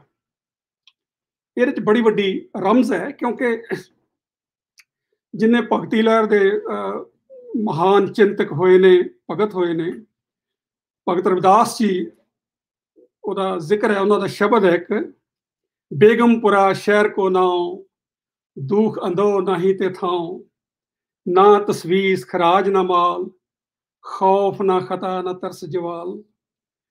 ਉਹ ਇੱਕ ਸੁਪਨਾ ਲੈ ਰਹੇ ਨੇ ਕਿ ਇਹੋ ਜਿਹਾ ਸ਼ਹਿਰ ਹੋਣਾ ਚਾਹੀਦਾ ਜਿਹੜਾ ਬੇਗਮਪੁਰਾ ਹੋਵੇ, ਜਿੱਥੇ ਕੋਈ ਗਮ ਨਾ ਹੋਵੇ, ਜਿੱਥੇ ਕੋਈ ਕਿਸੇ ਦਾ ਡਰ ਨਾ ਹੋਵੇ, ਭੈ ਨਾ ਹੋਵੇ, ਜਿੱਥੇ ਕੋਈ ਵੀ ਕਿਸੇ ਨੂੰ ਤੰਗ ਨਾ ਕਰਦਾ ਹੋਵੇ। ਇਹੋ ਜਿਹਾ ਸ਼ਹਿਰ ਹੋਣਾ ਚਾਹੀਦਾ। ਹੁਣ ਉਹ ਵਿਚਾਰੇ ਸੁਪਨੇ ਲੈਂਦੇ ਰਹਿ ਗਏ, ਪਰ ਆਈਡੀਆ ਉਹਨਾਂ ਨੇ ਦੇ ਦਿੱਤਾ ਕਿ ਕਮਾਲ ਦੀ ਗੱਲ ਹੈ। ਫਿਰ ਉਹ ਵੀ ਕਹਿੰਦੇ ਕਾਇਮ ਦਾਇਮ ਸਦਾ ਪਾਤਸ਼ਾਹੀ, ਦੋਮ ਨਾ ਸੇਮ ਏਕ ਸੋ ਆਹੀ। ਕਹਿੰਦੇ ਉੱਥੇ ਪਰਮਾਤਮਾ ਦਾ ਰਾਜ ਹੋਊਗਾ, ਸੱਚੇ ਪਾਤਸ਼ਾਹ ਦਾ ਹੁਕਮ ਚੱਲੂਗਾ। ਉੱਥੇ ਕੋਈ first class, second class, third class citizen ਨਹੀਂ ਹੋਣਗੇ। ਨਾ ਦੋਮ ਸੈਕੰਡ ਕਲਾਸ ਸਿਟੀਜ਼ਨ, ਨਾ ਸੇਮ ਥਰਡ ਕਲਾਸ ਸਿਟੀਜ਼ਨ, ਏਕ ਸੋ ਆਹੀ, ਸਾਰੇ ਬਰਾਬਰ ਹੋਣਗੇ। ਇਹੋ ਜਿਹਾ ਸ਼ਹਿਰ ਹੋਣਾ ਚਾਹੀਦਾ। ਭਗਤ ਰਵਿਦਾਸ ਜੀ ਕਹਿੰਦੇ ਨੇ ਜੋ ਹਮ ਸ਼ਹਿਰੀ ਸੋ ਮੀਤ ਹਮਾਰਾ। ਹੁਣ ਇਹ ਇੱਕ ਬੜੀ ਵੱਡੀ ਫਿਲਾਸਫੀ ਹੈ ਕਿ ਆਈਡੀਅਲ ਸ਼ਹਿਰ ਕਿਹੜਾ ਹੋਣਾ ਚਾਹੀਦਾ ਹੈ, ਉਹ ਆਸਾਨ ਕਿਵੇਂ ਬਣਨਾ ਚਾਹੀਦਾ ਹੈ। ਤੁਸੀਂ ਕਈਆਂ ਨੇ ਐਟਲਸ ਸ਼ਰਗ, ਐਨ ਰੈਂਡ ਦੀ ਕਿਤਾਬ, ਬੜੀ ਮੋਟੀ ਕਿਤਾਬ ਹੈ, ਪੜ੍ਹੀ ਹੋਣੀ ਹੈ। ਉੱਥੇ ਵੀ ਇਹੀ ਇੱਕ ਆਈਡੀਅਲ ਸ਼ਹਿਰ ਬੇਗਮਪੁਰਾ ਹੋਣਾ ਚਾਹੀਦਾ। ਤੇ ਗੁਰੂ ਨਾਨਕ ਸਾਹਿਬ ਨੇ ਇਸ ਨੂੰ ਕਰਤਾਰਪੁਰ ਦਾ ਨਾਮ ਦਿੱਤਾ। ਕਰਤਾਰਪੁਰ ਕਿ ਇਹ ਪਰਮਾਤਮਾ ਦੀ, ਵਾਹਿਗੁਰੂ ਦੀ, ਕਾਦਰ ਦੀ, ਇੱਥੇ ਉਹਦਾ ਹੁਕਮ ਚੱਲੂਗਾ, ਇਹ ਉਹਦੇ ਅਬੋਰਡ ਦੀ, ਉਹਦੇ ਰਹਿਣ ਦੀ ਥਾਂ। ਤੇ ਗੁਰੂ ਨਾਨਕ ਸਾਹਿਬ ਨੇ ਉੱਥੇ ਫਿਰ ਆਪਣੇ ਮਾਝ ਦੀ ਵਾਰ ਦੇ ਵਿੱਚ ਉਹਨਾਂ ਦੀ ਇੱਕ ਪੌੜੀ ਹੈ ਜਿਹੜੀ ਬੜੀ ਕਮਾਲ ਦੀ ਪੌੜੀ ਹੈ ਕਿ ਕਿਸ ਤਰ੍ਹਾਂ ਜਦੋਂ ਪਹਿਲੀ ਕੋਈ ਵੀ ਰਿਲੀਜੀਅਸ ਮੂਵਮੈਂਟ ਸਟਾਰਟ ਹੁੰਦੀ ਹੈ, ਕੋਈ ਵੀ ਨਵਾਂ ਧਰਮ ਜਨਮ ਲੈਂਦਾ, ਤਾਂ ਉਹਦੀਆਂ ਦੋ ਕੰਡੀਸ਼ਨਸ ਨੇ ਕਿ ਇੱਕ ਤਾਂ ਜਿਹੜਾ ਕ੍ਰਿਜ਼ਮੈਟਿਕ ਪਰਸਨੈਲਿਟੀ ਵਾਲਾ ਫਾਊਂਡਰ ਹੈ ਜਿਹਨੇ ਸਟਾਰਟ ਕਰਨੀ ਹੈ ਮੂਵਮੈਂਟ, ਉਹਦੇ ਵਿੱਚ ਆਈਡੀਆਜ਼ ਦੇ ਬੜੀ ਵੱਡੀ ਸਿਸਟਮਟਾਈਜੇਸ਼ਨ ਹੋਣੀ ਚਾਹੀਦੀ ਹੈ, ਕਲੈਰਿਟੀ ਹੋਣੀ ਚਾਹੀਦੀ ਹੈ, ਉਹਦਾ ਵਿਜ਼ਨ ਇੰਨਾ ਸਟਰੋਂਗ ਹੋਣਾ ਚਾਹੀਦਾ, ਪਾਵਰਫੁਲ ਹੋਣਾ ਚਾਹੀਦਾ ਕਿ ਉਹ ਅਸੂਲ ਨੇ ਜਿਹੜੇ ਦੁਨੀਆ ਦੇ ਵਿੱਚ ਇੱਕ ਰੈਵੋਲੂਸ਼ਨ ਲੈ ਕੇ ਰੱਖ ਦੇਣ। ਦੂਸਰੀ ਉਹਨਾਂ ਨੇ ਕੰਡੀਸ਼ਨ ਰੱਖੀ ਹੈ ਮੈਕਸ ਵੇਬਰ ਦੇ, ਜਿਸ ਤਰ੍ਹਾਂ ਅਸੀਂ ਉਹਦੀ ਸੋਸ਼ੀਓਲੋਜੀ ਪੜ੍ਹਦੇ ਹਾਂ, ਉਹ ਕਹਿੰਦਾ ਜਿਹੜੇ ਉਹਨਾਂ ਦੇ ਚੇਲੇ ਹੋਣ, ਉਹਨਾਂ ਦੀ ਮੋਟੀਵੇਸ਼ਨਲ ਕਮਿਟਮੈਂਟ ਆ ਜਿਹੜੀ, ਇਹ ਬੜੀ ਉਤਸ਼ਾਹਕ ਹੋਣੀ ਚਾਹੀਦੀ ਹੈ। ਜਿਹੜੇ ਉਹਨਾਂ ਦੇ ਮੁਰੀਦ ਨੇ, ਉਹਨਾਂ ਨੂੰ ਮੰਨਣ ਵਾਲੇ ਨੇ, ਉਹਦੇ ਪਿੱਛੇ ਲੱਗਣ ਵਾਲੇ ਨੇ, ਉਹਨਾਂ ਦੇ ਵਿੱਚ ਹਮੇਸ਼ਾ ਉਤਸ਼ਾਹ ਹੋਣਾ ਚਾਹੀਦਾ ਕਿ ਅਸੀਂ ਇਹਨਾਂ ਅਸੂਲਾਂ ਨੂੰ, ਪਰਮਾਤਮਾ ਦੇ ਹੁਕਮ ਨੂੰ ਸੰਸਾਰ ਤੇ ਲਾਗੂ ਕਰਕੇ ਰੱਖ ਦੇਣਾ। ਸੋ ਗੁਰੂ ਨਾਨਕ ਸਾਹਿਬ ਦੀ ਮਾਝ ਦੀ ਵਾਰ ਦੇ ਵਿੱਚ ਪੌੜੀ ਹੈ, ਉਹ ਬੜੀ ਕਮਾਲ ਦੀ ਪੌੜੀ ਹੈ। ਜਾਤੀ ਰਹਿ ਕਿਆ ਹੱਥ ਸੱਚ ਪਰਖੀਐ, ਮੋਹਰਾ ਹੋਵੇ ਹੱਥ ਮਰੀਐ ਚੱਖੀਐ। ਸੱਚੇ ਕੀ ਸਰਕਾਰ ਜੁਗ ਜੁਗ ਜਾਣੀਐ, ਹੁਕਮ ਮੰਨੇ ਸਰਦਾਰ ਦਰ ਦੀਵਾਣੀਐ। ਫਰਮਾਨੀ ਹੈ ਕਾਰ ਖਸਮ ਪਠਾਇਆ, ਤਬਲਵਾਜ ਵਿਚਾਰ ਸ਼ਬਦ ਸੁਣਾਇਆ। ਇੱਕ ਹੋਏ ਅਸਵਾਰ ਇੱਕ ਨਾ ਸਾਖਤੀ, ਇੱਕ ਨੀ ਬੱਧੇ ਪਹਾੜ ਇੱਕ ਨਾ ਤਾਖਤੀ। ਹੁਣ ਇਸ ਪੌੜੀ ਨੂੰ ਧਿਆਨ ਦੇ ਨਾਲ ਪੜ੍ਹੀਏ ਕਿ ਪਹਿਲਾ ਗੁਰੂ ਨਾਨਕ ਪਾਤਸ਼ਾਹ ਨੇ ਇਹ ਕਹਿ ਦਿੱਤਾ ਕਿ ਜਿਹੜੇ ਜਾਤ ਪਾਤ ਦੇ ਡਿਸਕ੍ਰਿਮੀਨੇਸ਼ਨ ਦੇ ਵਿਤਕਰੇ ਨੇ, ਇਹਨਾਂ ਗੱਲਾਂ 'ਚ ਇਹਨਾਂ ਦਾ ਕੀ ਹੱਥ ਹੈ, ਇਹਨਾਂ ਦੇ ਵੱਸ ਕੀ ਹੈ। ਸੱਚ ਦੀ ਪਛਾਣ ਹੋਣੀ ਚਾਹੀਦੀ ਹੈ। ਮੋਹਰਾ ਹੋਵੇ ਹੱਥ ਮਰੀਏ ਚੱਖੀ ਹੈ। ਇਹ ਜਾਤ ਪਾਤ ਦੇ ਰੇਸ਼ੀਅਲ ਡਿਸਕ੍ਰਿਮੀਨੇਸ਼ਨ, ਕਲਰ ਦੀ ਡਿਸਕ੍ਰਿਮੀਨੇਸ਼ਨ ਇੱਕ ਜ਼ਹਿਰ ਹੈ। ਜਿਹੜਾ ਵੀ ਇਹ ਜ਼ਹਿਰ ਨੂੰ ਖਾਊਗਾ ਉਹਨੇ ਮਰ ਜਾਣਾ, ਉਹਦੀ ਆਤਮਾ ਮਰ ਜਾਏਗੀ, ਉਹਦੀ ਜ਼ਮੀਰ ਮਰ ਜਾਏਗੀ। ਸੋ ਇਹ ਜਿਹੜਾ ਵਿਤਕਰਾ ਕਿਸੇ ਕਿਸਮ ਦੀ ਹੈ ਉਹ ਅਸੀਂ ਰਹਿਣ ਨਹੀਂ ਦੇਣਾ ਇਸ ਸਥਾਨ ਦੇ ਉੱਤੇ। ਫਿਰ ਕਹਿੰਦੇ ਨੇ ਸੱਚੇ ਕੀ ਸਰਕਾਰ, ਇੱਥੇ ਅਕਾਲ ਪੁਰਖ ਦਾ ਹੁਕਮ ਚੱਲੂਗਾ, ਜੁਗ ਜੁਗ ਜਾਣੀ ਹੈ। ਹਰੇਕ ਸਮੇਂ ਦੇ ਵਿੱਚ ਸਥਾਨ ਦੇ ਵਿੱਚ ਸਰਕਾਰਾਂ ਆਉਣਗੀਆਂ, ਚਲੀਆਂ ਜਾਣਗੀਆਂ, ਪਰ ਉਹਦਾ ਹੁਕਮ ਅਟਲ ਹੈ। ਉਹ ਕਾਦਰ, ਜਿਹਦੀ ਕੁਦਰਤ ਕਾਇਨਾਤ, ਉਹਦਾ ਹੁਕਮ ਹਮੇਸ਼ਾ ਚੱਲਦਾ ਰਹੂਗਾ। ਉਹ ਸਰਕਾਰ ਜੁਗ ਜੁਗ ਜਾਣੀ ਹੈ। ਹੁਕਮ ਮੰਨੇ ਸਰਦਾਰ, ਉਹੀ ਸਰਦਾਰ ਹੋਊਗਾ, ਆਗੂ ਹੋਊਗਾ, ਲੀਡਰ ਹੋਊਗਾ ਜਿਹੜਾ ਹੁਕਮ ਨੂੰ ਮੰਨੇਗਾ।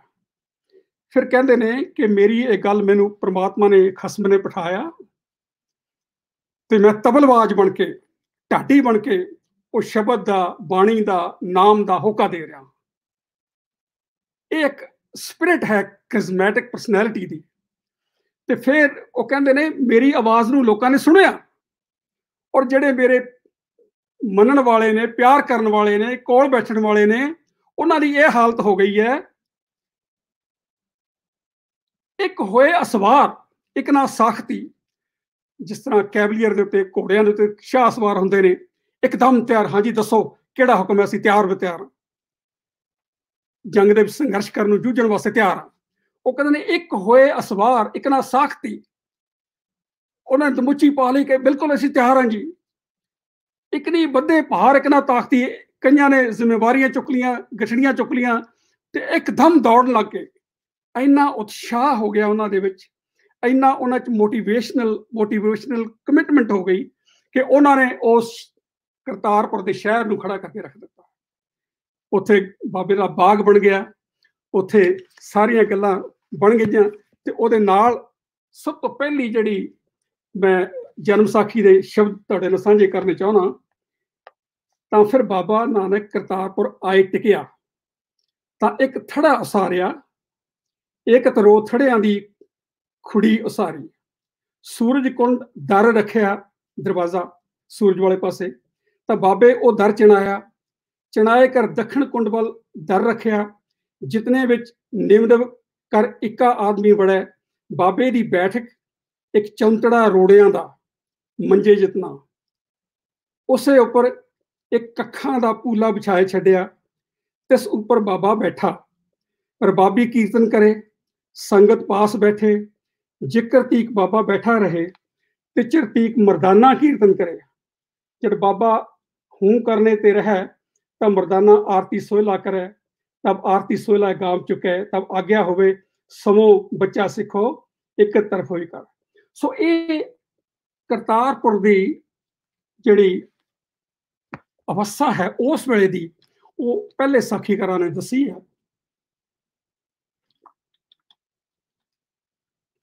मर्दाना रबाबी सी। इतिहासकार ये कहते हैं एक बाबा अकाल रूप, दूजा रबाबी मर्दाना। ਇਹ ਤੁਸੀਂ ਫੋਟੋ ਦੇਖੋ ਧਿਆਨ ਦੇ ਨਾਲ ਕਿ ਉਹ ਥੜੇ ਦੇ ਉੱਤੇ, ਪੱਥਰਾਂ ਦੇ ਉੱਤੇ ਬੈਠਾ ਮਰਦਾਨੇ ਦਾ ਗੋਡੇ ਨਾਲ ਗੋਡਾ ਜੁੜਿਆ ਬਾਬੇ ਨਾਲ। ਇਹ ਤੁਸੀਂ ਇਹ ਦੇਖ ਕੇ ਪਤਾ ਲੱਗ ਜਾਏਗਾ ਕਿ ਉਹ ਕਿਸ ਤਰ੍ਹਾਂ ਦੀ ਅਵਸਥਾ ਸੀ। ਔਰ ਮਰਦਾਨੇ ਨੂੰ ਇੰਨਾ ਮਾਣ ਪ੍ਰਾਪਤ ਸੀ, ਸ਼ਾਇਦ ਕਈਆਂ ਨੂੰ ਇਹ ਪਤਾ ਨਹੀਂ ਹੋਣਾ ਕਿ ਮਰਦਾਨਾ ਇੱਕ ਵਾਰੀ ਗੁਰੂ ਨਾਨਕ ਸਾਹਿਬ ਨੂੰ ਕਹਿੰਦਾ, ਬਾਬਾ तेरा मेरा बहुत अंतर नाही, तू रब दा डूम ते मैं तेरा डूम। और उस मर्दाने नूं गुरु नानक साहब ने इन्ना वड्डा उच्चा दर्जा किया कि 3 श्लोक मर्दाने दे नाल डायलॉग करके गुरु ग्रंथ साहब दे च दर्ज ने। कईयां नूं पता नहीं होना कि मर्दाने दी बाणी भी गुरु ग्रंथ साहब दे च दर्ज है। वो 3 श्लोक ने बिहागड़े दी वार दे विच। श्लोक मर्दाना पहला, कल कलवाली काम मद मनौगा पीवनहार, क्रोध कटोरी मोह परी पीलावा अहंकार, मजलस कूड़े लब की पी पी होए खुआर, करनी लाहन सत गुण सच सरा कर सार, गुण मंडे कर सील क्यों सरम मास आहार, गुरुख पाइए नानका खादे जाहे विकार। मर्दाना पहला, काया लाहन आप मद मजलस तृष्णा धात, मनसा कटोरी कूड़ परी पी लाए जमकाल, इत मद पीते नानका बहुते खटिए विकार। फिर गुरु नानक साहब बोलते ने ज्ञान गुड़ सलाह मंडे पाओ मास आहार नानक ए भोजन सच है सच नाम आधार। सो ये 3 श्लोक ने जिन्हां दे विच मर्दाने की आवाज़ बाणी दर्ज है गुरु ग्रंथ साहिब दे विच। वो कल्ला रबाबी नहीं सी, उन्होंने वो दर्जा गुरुआं दे बराबर बैठण दा हक मिल गया। और सानू खुशी है उन्होंने जिहड़े वंश दे विचों ने 17-18वीं वंश ते चलदी आ रही है, अजे तक बाबे की आवाज़ नूं उस तरह अपने जबान के उत्ते कीर्तन कर रहे हैं, गायन कर रहे हैं। सो ये जिहड़ा रिश्ता है ये करतारपुर दे विच पैदा होया। करतारपुर दे विच ही जिन्ने साडे वड्डे वड्डे प्रोजेक्ट शुरू होए, ये हुण मैं तुहानूं पहलां उस वेले करतारपुर की गल कीती है। हुण मैं तीजे पॉइंट दे उत्ते आउणा कि गुरु नानक साहब नूं एक करतारपुर की कॉरीडोर जो हुण बनाई है, ये बारे बड़े ख्याल प्रगट होए मीडिया दे विच, सोशल मीडिया दे विच।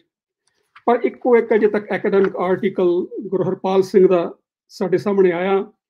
उन्हें आर्टिकल लिखा the control of sacred spaces Sikh shrines in Pakistan from the partition to the Kartarpur corridor. ये सिख फॉर्मेशन दे विच छपिया आर्टिकल, बड़ा सोहना आर्टिकल है। वो सारा पार्टीशन तो लैके किस तरह एवोल्यूशन होया कि किस तरह आर्गूमेंट्स ने जिहड़ियां कि सिखां दा मक्का मदीना, मक्का भी इत्थे है, मदीना भी इत्थे है। और पाकिस्तान के वजीर आजम ने यही अपने जदों भाषण दिता सी ये लफ्ज़ दोहराए कि सिखां दा मक्का भी इत्थे है, मदीना भी इत्थे है। वो एक गुरु हरपाल सिंह गल करदा unconventionally the current move to open the Kartarpur corridor was instigated by the maverick ex-cricketer turned politician Navjot Singh Sidhu during his visit to Prime Minister Imran Khan's inauguration on 18th August 2018. At the ceremony, Sidhu was assured by the Pakistan Army Chief General Qamar Javed Bajwa that serious steps would be taken to open a corridor for the Kartarpur Sahib Gurdwara in Pakistan on the occasion of the 550th birth anniversary of Guru Nanak's birth. इस गल दे उत्ते किन्नी controversy शुरू हुई, किन्ने तुसीं सारे असीं जाणदे हां। इंज प्रभाव दिता गया कि शायद करतारपुर की कॉरीडोर का ख्याल उस वेले 2018 ਦੇ ਵਿੱਚ ਜਦੋਂ ਮਨਜੋਤ ਸਿੰਘ ਸਿੱਧੂ ਉੱਥੇ ਗਿਆ ਤੇ ਗੱਲ ਸਟਾਰਟ ਹੋਈ। ਬਿਲਕੁਲ ਨਹੀਂ ਹੋਈ ਇਸ ਤਰ੍ਹਾਂ ਗੱਲ। ਹੁਣ ਮੈਂ ਤੁਹਾਨੂੰ 2 ਐਸੇ ਸ਼ਖਸੀਅਤਾਂ ਨੂੰ ਇੰਟਰੋਡਿਊਸ ਕਰਦਾ ਜਿਨ੍ਹਾਂ ਦੇ ਕਰਕੇ ਇਹ ਜਿਹੜਾ ਕਰਤਾਰਪੁਰ ਕੌਰੀਡੋਰ ਦਾ ਪ੍ਰੋਜੈਕਟ ਸੀ ਉਹ ਸਿਰੇ ਚੜਿਆ। Since the 1990s, Sikh shrines in Pakistan have become sites of major organized pilgrims tours. This change is in part reflective of the broader trends in global tourism, in which sacred spaces have become the destinations of mass pilgrimage in the age of globalization and cheap tourism. ਹੁਣ ਇਹ 1990 ਦੇ ਵਿੱਚ ਜਦੋਂ globalisation ਦੀ process ਸਿੱਖਾਂ ਤੇ ਆ ਗਈ, technical ਐਡਵਾਂਸਮੈਂਟਸ ਹੋ ਗਈ, ਇਹ ਉਸ ਵੇਲੇ ਸਾਰੇ ਸੰਸਾਰ ਦੇ ਵਿੱਚ ਹੀ ਇੱਕ ਖਿਆਲ ਆਇਆ ਕਿ ਜਿਹੜੀਆਂ ਧਾਰਮਿਕ ਜਿਹੜੇ ਅਸਥਾਨ ਨੇ ਉਹਨਾਂ ਦਾ ਜਿਹੜਾ ਤੀਰਥ ਯਾਤਰਾ ਉਹਨੂੰ ਪ੍ਰਮੋਟ ਕੀਤਾ ਜਾਵੇ। ਹੁਣ ਇਸ ਨੂੰ ਪ੍ਰਮੋਟ ਕਰਨ ਵਾਸਤੇ 2 ਸ਼ਖਸੀਅਤਾਂ ਨੇ ਜਿਨ੍ਹਾਂ ਦੇ ਕਰਕੇ ਇਹ ਪ੍ਰੋਜੈਕਟ ਦੀ ਸ਼ੁਰੂਆਤ ਹੋਈ, ਪ੍ਰੋਸੈਸ ਸ਼ੁਰੂ ਹੋਈ। ਉਹ ਪਹਿਲਾ ਉਹ ਫਰੈਂਡਸ਼ਿਪ ਹੈ 2 ਕੋਲੀਗਸ, ਇੱਕ ਹੈ ਅਮਰੀਕਾ ਦੇ ਵਿੱਚ ਕੈਨੇਡਾ 'ਚ ਰਹਿਣ ਵਾਲੇ ਡਾਕਟਰ ਗੁਰਚਰਨਜੀਤ ਸਿੰਘ ਅਟਾਰੀ ਵਾਲਾ, ਦੂਜੇ ਨੇ ਪਾਕਿਸਤਾਨ ਦੇ ਮਰਹੂਮ ਲੈਫਟੀਨੈਂਟ ਜਨਰਲ ਰਿਟਾਇਰਡ ਜਹਾਨ ਦਾਦ ਖਾਨ, ਜਿਹੜੇ 2011 ਦੇ ਵਿੱਚ ਉਹ ਸੰਸਾਰ ਨੂੰ ਅਲਵਿਦਾ ਕਹਿ ਗਏ ਨੇ। ਔਰ ਉਹ ਸਨ ਪ੍ਰੈਜ਼ੀਡੈਂਟ ਅਲ ਸ਼ਿਫਾ ਟਰਸਟ ਆਈ ਹਸਪੀਟਲ ਦੇ। ਇਹ ਹੈ ਡਾਕਟਰ ਗੁਰਚਰਨਜੀਤ ਸਿੰਘ ਅਟਾਰੀ ਵਾਲਾ ਦੀ ਫੋਟੋ, ਤੁਸੀਂ ਦੇਖੋ। ਉਹ ਹੁਣ 90s ਦੇ ਵਿੱਚ ਨੇ, ਕਾਫੀ ਬਜ਼ੁਰਗ ਹੋ ਚੁੱਕੇ ਨੇ। ਇਹ ਦੋਨਾਂ ਡਾਕਟਰਾਂ ਦੇ ਇਹ ਮਿਲਦੇ ਹੁੰਦੇ ਸੀ ਇੰਟਰਨੈਸ਼ਨਲ ਗੈਦਰਿੰਗਸ ਦੇ ਵਿੱਚ। ਪਰ ਡਾਕਟਰ ਅਟਾਰੀ ਵਾਲੇ ਨੂੰ ਕੈਨੇਡਾ ਦੀ ਇੱਕ ਸੰਸਥਾ ਹੈਗੇ ਆਪਰੇਸ਼ਨ ਆਈ ਸਾਈਟ ਆਰਗੇਨਾਈਜੇਸ਼ਨ, ਉਹਨਾਂ ਵੱਲੋਂ ਪਾਕਿਸਤਾਨ ਦੇ ਵਿੱਚ ਹਰੇਕ ਸਾਲ ਇੱਕ ਦੂਜੇ ਸਾਲ ਭੇਜਿਆ ਜਾਂਦਾ ਸੀ ਕਿ ਤੁਸੀਂ ਉੱਥੇ ਜਾ ਕੇ ਪਾਕਿਸਤਾਨ ਦੇ ਜਿਹੜੇ ਅੱਖਾਂ ਦੇ ਆਪਰੇਸ਼ਨ ਦੇ ਕੈਂਪ ਲੱਗਦੇ ਨੇ ਉੱਥੇ ਜਾ ਕੇ ਉਹਨਾਂ ਦੇ ਆਪਰੇਸ਼ਨ ਕਰੋ। ਸੋ ਇਹ ਕਰਦੇ ਸੀ। ਇਹਨਾਂ 1990 ਤੋਂ ਬਾਅਦ ਇਹਨਾਂ ਡਾਕਟਰ ਗੁਰਚਰਨਜੀਤ ਸਿੰਘ ਅਟਾਰੀ ਵਾਲਾ ਤੇ ਜਨਰਲ ਜਹਾਨ ਦਾਦ ਖਾਨ, ਇਹਨਾਂ ਦੋਨਾਂ ਦੀ ਇੰਨੀ ਦੋਸਤੀ ਪੈ ਗਈ ਕਿ ਇੱਕ ਸਾਲ ਉਹ ਜਾਵੇ ਕੈਨੇਡਾ ਅਮਰੀਕਾ ਤੇ ਦੂਜੇ ਸਾਲ ਇਹ ਪਾਕਿਸਤਾਨ ਜਾਵੇ। ਤਾਂ ਡਾਕਟਰ ਅਟਾਰੀ ਵਾਲਾ 1994 ਦੇ ਵਿੱਚ ਇਹਨਾਂ ਨੂੰ ਕਿਹਾ ਗਿਆ, ਉਹ ਇੱਕ ਪਾਕਿਸਤਾਨ ਦੇ ਵਿੱਚ ਵਿਆਹ ਦੇ ਵਿੱਚ ਸ਼ਾਮਲ ਹੋਣ ਆਏ ਸੀ। ਜਨਰਲ ਦਾਦ ਖਾਨ ਨੇ ਕਿਹਾ ਕਿ ਤੁਹਾਨੂੰ ਅਸੀਂ ਦਰਬਾਰ ਸਾਹਿਬ ਲੈ ਕੇ ਜਾਣਾ। ਉਹ ਕਹਿੰਦੇ ਕਿ ਦਰਬਾਰ ਸਾਹਿਬ ਤੇ ਸਾਡਾ ਅੰਮ੍ਰਿਤਸਰ ਦੇ ਵਿੱਚ ਹੈ। ਉਹ ਕਹਿੰਦੇ ਨਹੀਂ, ਸਾਡੇ ਪਾਕਿਸਤਾਨ ਦੇ ਵਿੱਚ ਵੀ ਦਰਬਾਰ ਸਾਹਿਬ, ਕਰਤਾਰਪੁਰ ਦੇ ਵਿੱਚ ਦਰਬਾਰ ਸਾਹਿਬ ਹੈ। ਬੜੀ ਉਤਸੁਕਤਾ ਪੈਦਾ ਹੋਈ, ਉੱਥੇ ਗਏ। ਇਹ 1994 ਦੀ ਗੱਲ ਹੈ। ਜਦੋਂ ਦਰਬਾਰ ਸਾਹਿਬ ਨੂੰ ਦੇਖਿਆ, ਇਹ ਸੀ ਦਰਬਾਰ ਸਾਹਿਬ ਦੀ ਸ਼ਕਲ ਉਸ ਵੇਲੇ।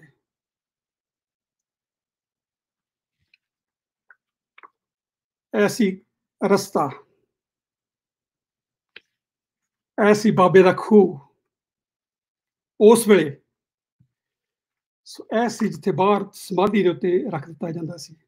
ਸੋ ਇਸ ਤਰ੍ਹਾਂ ਦੀ ਹਾਲਤ ਦੇਖ ਕੇ ਉਹ ਕਹਿਣ ਲੱਗੇ ਇਹ ਸਥਾਨ ਹੋਵੇ ਜਿੱਥੇ ਸਿੱਖੀ ਦੀ ਸ਼ੁਰੂਆਤ ਹੋਵੇ, ਤੇ ਅੱਜ ਇਸ ਸਥਾਨ ਦੇ ਉੱਤੇ ਕੋਈ ਦੀਵਾ ਬਾਲਣ ਵਾਲਾ ਵੀ ਨਹੀਂ ਹੈ। ਤੇ ਉਹਨਾਂ ਨੇ ਫਿਰ ਜਨਰਲ ਦਾਦ ਖਾਨ ਨੂੰ ਕਿਹਾ ਕਿ ਇਹਦੀ ਰੈਨੋਵੇਸ਼ਨ ਕਰਾਓ। ਔਰ ਇਹ ਉਸ ਵੇਲੇ ਤੱਕ ਇਹ ਸਾਰਾ ਜਿਹੜਾ ਕਰਤਾਰਪੁਰ ਦਾ ਸੀ ਦਰਬਾਰ ਸਾਹਿਬ ਸੀਗਾ, ਇਹ ਪਾਕਿਸਤਾਨੀ ਰੇਂਜਰ ਮਿਲਟਰੀ ਦੇ ਹਵਾਲੇ ਸੀ, ਕਿਉਂਕਿ ਬਾਰਡਰ ਦਾ ਏਰੀਆ, ਉੱਥੇ ਸਾਰਾ ਉਹਨਾਂ ਦਾ ਇੰਤਜ਼ਾਮ ਸੀ। ਉਸ ਵੇਲੇ ਫਿਰ ਉਹਨਾਂ ਨੇ ਸ਼ਰਾਈਨ ਫੈਲੋਸ਼ਿਪ ਬਣਾਈ, ਜਿਹਦੇ ਵਿੱਚ Guru Nanak shrine restoration foundation Calgary Canada ਦੇ ਵਿੱਚ ਜਿਹਦੇ ਮੈਂਬਰ ਬਣੇ ਸਾਰੇ। ਉਸ ਤੋਂ ਬਾਅਦ ਜਨਰਲ ਦਾਦ ਖਾਨ ਨੇ ਇਹ ਜਿਹੜਾ ਤੁਹਾਡਾ ਰਾਵਲਪਿੰਡੀ ਦੇ ਵਿੱਚ ਸੈਂਟਰ ਹੈ ਅਲ ਸ਼ਿਫਾ ਦਾ, ਅੱਖਾਂ ਦੇ ਹਾਲ ਦਾ, ਉੱਥੇ ਉਹਨਾਂ ਨੇ ਅਟਾਰੀ ਵਾਲਾ ਸਾਹਿਬ ਨੇ ਆ ਕੇ ਆਪਰੇਸ਼ਨ ਕਰਨੇ ਤੇ ਉੱਥੇ ਗੱਲਾਂ ਬਾਤਾਂ ਕੀਤੀਆਂ। ਇਹ ਕਰਤਾਰਪੁਰ ਦੀ ਗੱਲ ਹਮੇਸ਼ਾ ਉਹਨਾਂ ਦੇ ਵਿੱਚ ਸਾਂਝੀ ਹੁੰਦੀ ਰਹੀ।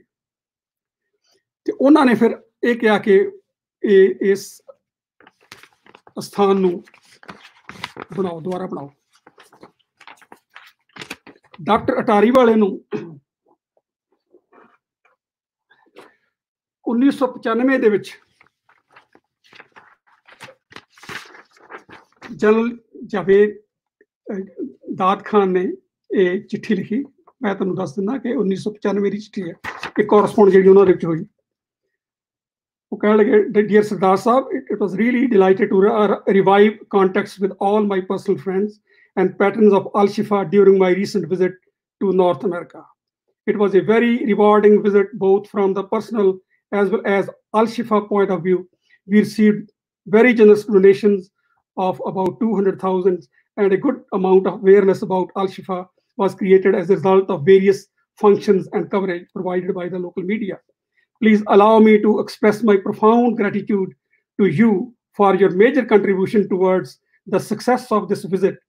Your hospitality, personal donation, both in cash and kind, and motivation of your friends to participate in this noble venture was most commendable.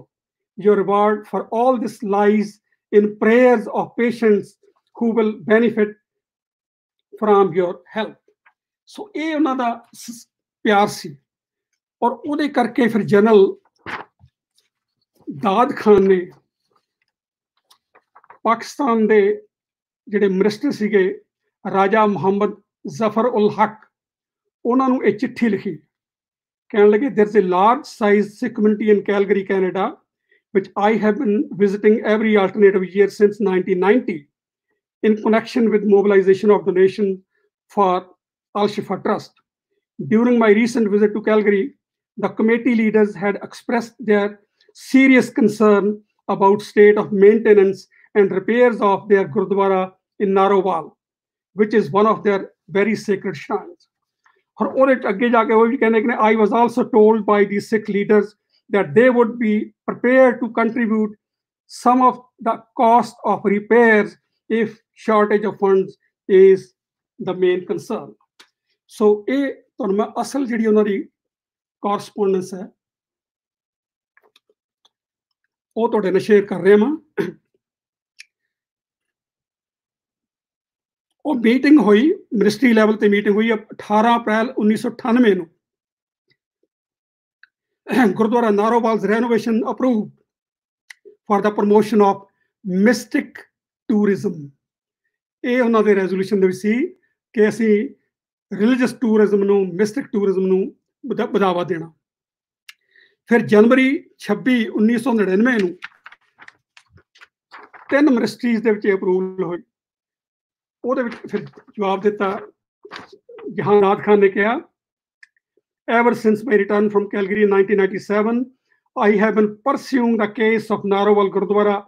There are 3 ministries involved in this case and hence all this delay. However, I'm glad to inform you that the restoration renovation process has now started and the cost of 7,50,000 which has been sanctioned for this project. So a approval ਦੀ ਹੈ ਤੇ 1999 ਦੇ ਵਿੱਚ ਇਹ ਕਾਰਜ start ਹੋ ਗਿਆ ਸੀ। ਸੋ ਮੇਰਾ ਕਹਿਣ ਦਾ ਮਤਲਬ ਇਹ ਹੈ ਕਿ ਇਹ ਕੋਈ 18 ਨੇ ਜਦੋਂ ਨਵਜੋਤ ਸਿੰਘ ਸਿੱਧੂ ਗਏ ਤੇ ਉਦੋਂ ਕੰਮ ਸ਼ੁਰੂ ਹੋਇਆ, ਇਹ ਗੱਲ ਐਸੀ ਨਹੀਂ ਹੈ। ਇੱਕ ਪ੍ਰੋਸੈਸ ਹੈ ਜਿਹਦੇ ਪਿੱਛੇ ਸਾਇਲੈਂਟ ਵਰਕਰਸ ਨੇ ਜਿਹੜੇ ਗਰਾਊਂਡ ਲੈਵਲ ਤੇ ਕੰਮ ਕਰਦੇ ਨੇ, ਉਹਨਾਂ ਨੂੰ ਕੋਈ ਨਹੀਂ ਜਾਣਦਾ। ਕਿਸੇ ਵੀ ਨਾ ਮੀਡੀਆ ਰਿਪੋਰਟ ਦੇ ਵਿੱਚ ਨਾ ਡਾਕਟਰ ਅਟਾਰੀ ਵਾਲੇ ਦਾ ਨਾਂ, ਨਾ ਜਨਰਲ ਦਾਦ ਖਾਨ ਦਾ ਨਾਂ, ਜਿਨ੍ਹਾਂ ਨੇ ਪ੍ਰੋਸੈਸ ਸਟਾਰਟ ਕੀਤੀ ਉਹ ਵਿਚਾਰੇ ਉਹਨਾਂ ਦੇ ਬਾਰੇ ਕੋਈ ਬੋਲਦਾ ਤੱਕ ਨਹੀਂ ਹੈਗਾ। ਸੋ ਇਹ ਹੈ ਕਿ ਉਹ ਕੰਮ ਸਟਾਰਟ ਹੋਇਆ ਉਸ ਵੇਲੇ ਤੇ ਇਸ ਵੇਲੇ ਦੇ ਵਿੱਚ ਫਿਰ ਕਿਸ ਤਰ੍ਹਾਂ ਫਰਕ ਆ ਗਿਆ, ਇਹ ਤੁਹਾਡੇ ਸਾਹਮਣੇ ਹੈ। ਫਿਰ 1999 ਦੇ ਵਿੱਚ ਇਹ ਰੈਨੋਵੇਸ਼ਨ ਹੋ ਕੇ ਇਹ ਸਾਰਾ ਜਿਹੜਾ ਸੀਗਾ ਰੈਨੋਵੇਸ਼ਨ ਹੋ ਗਈ ਤੇ ਗੁਰਦੁਆਰਾ ਨੈਗਰੋਡ ਪਹਿਲਾ ਪ੍ਰਕਾਸ਼ ਹੋਇਆ ਤੇ ਉਸ ਵੇਲੇ ਡਾਕਟਰ ਅਟਾਰੀ ਵਾਲਾ ਉਸ ਮੀਟਿੰਗ ਦੇ ਵਿੱਚ ਆਏ ਤੇ ਉਹਨਾਂ ਨੇ ਚੈੱਕ ਦਿੱਤਾ ਜਨਰਲ ਜਾਵੇਦ ਨਾਸਿਰ ਖਾਨ। ਸੋ ਇਹ ਦੇਖੋ ਤੁਸੀਂ ਸਾਰਾ ਉਸ ਵੇਲੇ ਦੀਆਂ ਖਬਰਾਂ, ਉਸ ਵੇਲੇ ਦੀ ਵੀਡੀਓ ਵੀ ਸਾਡੇ ਕੋਲੇ ਮੌਜੂਦ ਹੈ ਕਿ ਕਿਸ ਤਰ੍ਹਾਂ ਇਹ ਸਾਰੇ ਕੰਮ ਹੋਏ।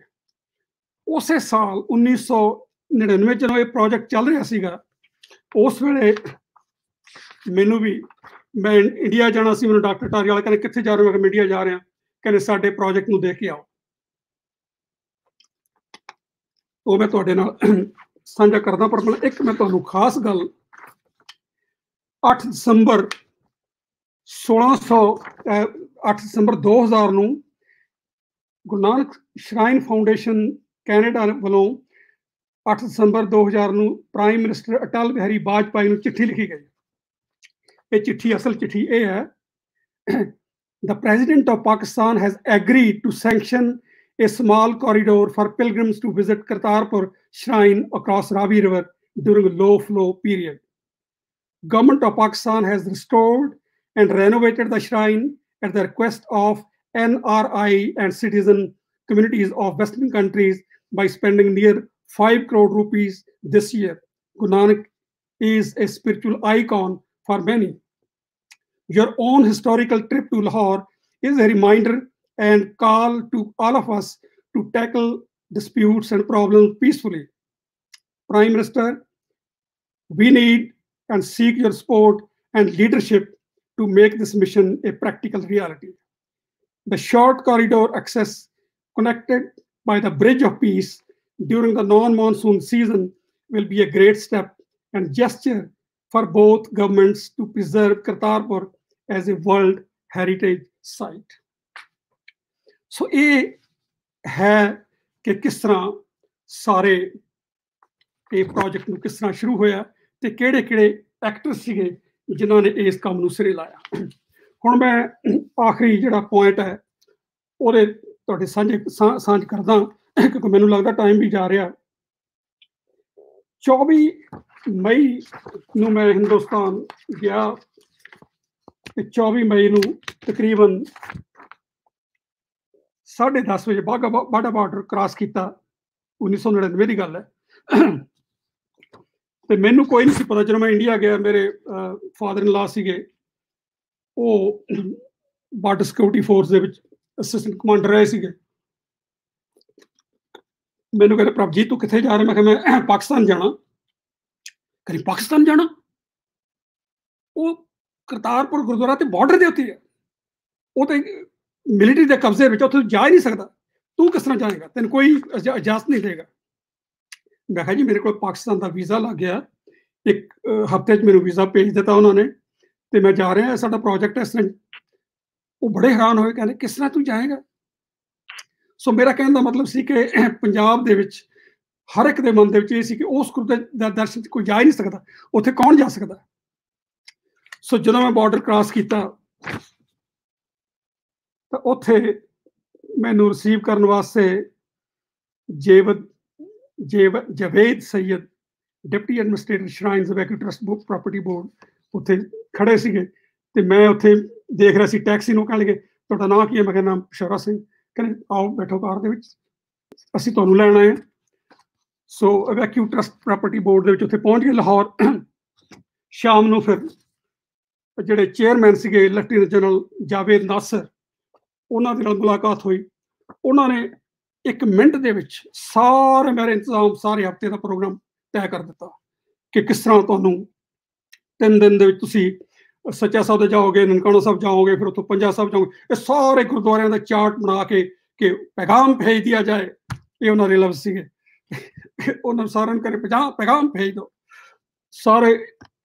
ਤੇ 25 ਮਈ ਨੂੰ ਫਿਰ ਮੈਂ, ਮੇਰਾ ਜਿਹੜਾ ਮੇਰੇ ਨਾਲ ਗਿਆ ਸੈयद ਫਰਾਜ਼ ਅਬਾਸ, ਉਸ ਵੇਲੇ ਅਸਿਸਟੈਂਟ ਡਾਇਰੈਕਟਰ ਸੀ ਪਲਾਂਟੇਸ਼ਨ ਦਾ, ਉਹਦੇ ਨਾਲ ਅਸੀਂ ਸੱਚਾ ਸੌਦਾ ਚਲੇ ਗਏ। ਸੱਚਾ ਸੌਦਾ ਗਏ ਤੇ ਉੱਥੇ ਇਹ ਮੈਂ ਉਸ ਵੇਲੇ ਲਿਆ ਰੇਲਵੇ ਸਟੇਸ਼ਨ ਦਾ ਸੱਚਾ ਸੌਦਾ। ਬੜਾ ਖੂਬਸੂਰਤ ਗੁਰਦੁਆਰਾ ਸੱਚਾ ਸੌਦਾ ਹੈ। ਤੇ ਉੱਥੇ ਗ੍ਰੰਥੀ ਮਿਲਿਆ ਨਾਮ ਸਿੰਘ, ਯੰਗ ਨੌਜਵਾਨ। ਤੇ ਮੈਂ ਕਿਹਾ ਤੂੰ ਇੱਥੇ ਕਿਸ ਤਰ੍ਹਾਂ ਆਇਆ? ਕਹਿੰਦਾ ਮੈਨੂੰ ਤਨਖਾਹ ਲੱਗੀ ਮੇਰੀ। ਮੈਂ ਕਿਹਾ ਤੈਨੂੰ ਕਾਹਦੀ ਤਨਖਾਹ ਲੱਗੀ? ਤੂੰ ਕੀ ਕੀਤਾ ਸੀ? ਕਹਿੰਦਾ ਨਹੀਂ ਮੇਰੀ ਤਨਖਾਹ ਲੱਗੀ, ਮੈਨੂੰ ਤਨਖਾਹ ਲੱਗੀ, ਮੈਂ ਇੱਥੇ ਆ ਗਿਆ, ਪਿਸ਼ਾਵਰ ਤੋਂ ਆਇਆ। ਮੇਰੇ ਮਨ ਦੇ ਵਿੱਚ ਉਹ ਤਨਖਾਹ ਲੱਗਣ ਦਾ ਕਨਸੈਪਟ ਹੋਰ ਸੀ, ਪਰ ਉਹ ਹਰ ਇੱਕ ਦੀ ਬੋਲੀ ਦੇ ਵਿੱਚ ਵੱਖਰਾ ਵੱਖਰਾ ਸਟਾਈਲ ਹੁੰਦਾ। ਉਹ ਗੱਲ ਮਤਲਬ ਕਿ ਮੈਨੂੰ ਤਨਖਾਹ ਮਿਲਣ ਲੱਗ ਗਈ ਤੇ ਮੈਂ ਇੱਥੇ ਆ ਗਿਆ ਤੇ ਮੈਂ ਸੇਵਾ ਕਰਦਾ, ਗ੍ਰੰਥੀ ਹਾਂ। ਸੋ ਉਸ ਤੋਂ ਬਾਅਦ ਅਸੀਂ ਗਏ, ਪਹੁੰਚ ਗਏ ਨਨਕਾਣਾ ਸਾਹਿਬ। ਸਭ ਤੋਂ ਜ਼ਿਆਦਾ ਜਿਹੜੀ ਮੈਨੂੰ ਖੁਸ਼ੀ ਹੋਈ, ਪਹਿਲਾ ਹੈ ਗੁਰਦੁਆਰਾ ਤੰਬੂ ਸਾਹਿਬ। ਉੱਥੇ ਇਹ ਵਣ ਦਾ ਦਰਖਤ ਹੈ। ਇਸ ਵਣ ਦੇ ਦਰਖਤ ਦੇ ਵਿੱਚ ਉਹ ਫਰਾਜ਼ ਅਬਾਸ ਮੈਨੂੰ ਕਹਿਣ ਲੱਗਾ ਕਿ गुरु नानक साहब के पिताजी ने, बाप ने, जब उनको थप्पड़ मारा तो वो दौड़कर यहाँ आके लुक गए थे। इसके आले दुआले ये तंबू साहब की तरह है फैलिया हुआ। 500 साल तो भी ज्यादा पुराना ये दरख्त है। मैं जो वन देखिया, मैं क्या इन्ना प्यारा सी गुरु नानक साहब नूं इनू प्रिजर्व करो। इस दरख्त नूं कोई भी इनू रेनोवेशन करने जां होर खूबसूरती लियाउण वास्ते इनू खत्म ना कर देना, क्योंकि गुरु नानक साहब आखिरी समय दे विच जदों उन्होंने तुखारी राग उचारिया, उस वेले ये वन नूं याद करते सी। तुखारी राग दा 12 महा जिहड़ा ये गुरु नानक साहब की आखिरी रचना। वो कहते हैं, चेत बसंत भला भवर सुहावड़े, बन फूले मंझ बार मैं फिर कर बाहड़े।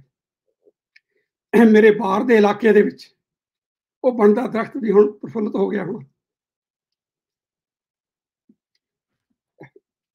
फिर घर नहीं आवे तन क्यों सुख पावे, बिरह विरोध तन छीजे, कोकल अंब सुहावी बोले, क्यों दुख अंक सहीजे। भवर भवंता फूली डाली, क्यों जीवा मरमाए, नानक चेत सहज सुख पावे, जे हर बार कर तन तन पाए। सो गुरु नानक नूं इन्ना प्यार सी ਇਹਨਾਂ ਉਹਨਾਂ ਦੀ ਇੰਨੀ ਨੇੜਤਾ ਸੀ ਉਹ ਵਣ ਦੇ ਨਾਲ। ਬਨ ਫੂਲੇ ਮਜਬਾਰ ਮੈਂ ਫਿਰ ਕਰ ਬਾਹੜੇ। ਉਸ ਤੋਂ ਬਾਅਦ ਮੈਂ ਨਨਕਾਣਾ ਸਾਹਿਬ ਦੇ ਦਰਸ਼ਨ ਕੀਤੇ। ਉਸ ਵੇਲੇ ਦਾ ਨਨਕਾਣਾ ਸਾਹਿਬ ਦਾ ਉਸ ਵੇਲੇ ਦਾ ਗ੍ਰੰਥੀ ਸੀਗਾ, ਮੈਨੂੰ ਸਿਰ ਪਾ ਦਿੱਤਾ। ਉਸ ਵੇਲੇ ਫਿਰ ਉਹ ਬੱਚੇ ਜਿਨ੍ਹਾਂ ਨੇ ਕੀਰਤਨ ਕੀਤਾ ਸੀ,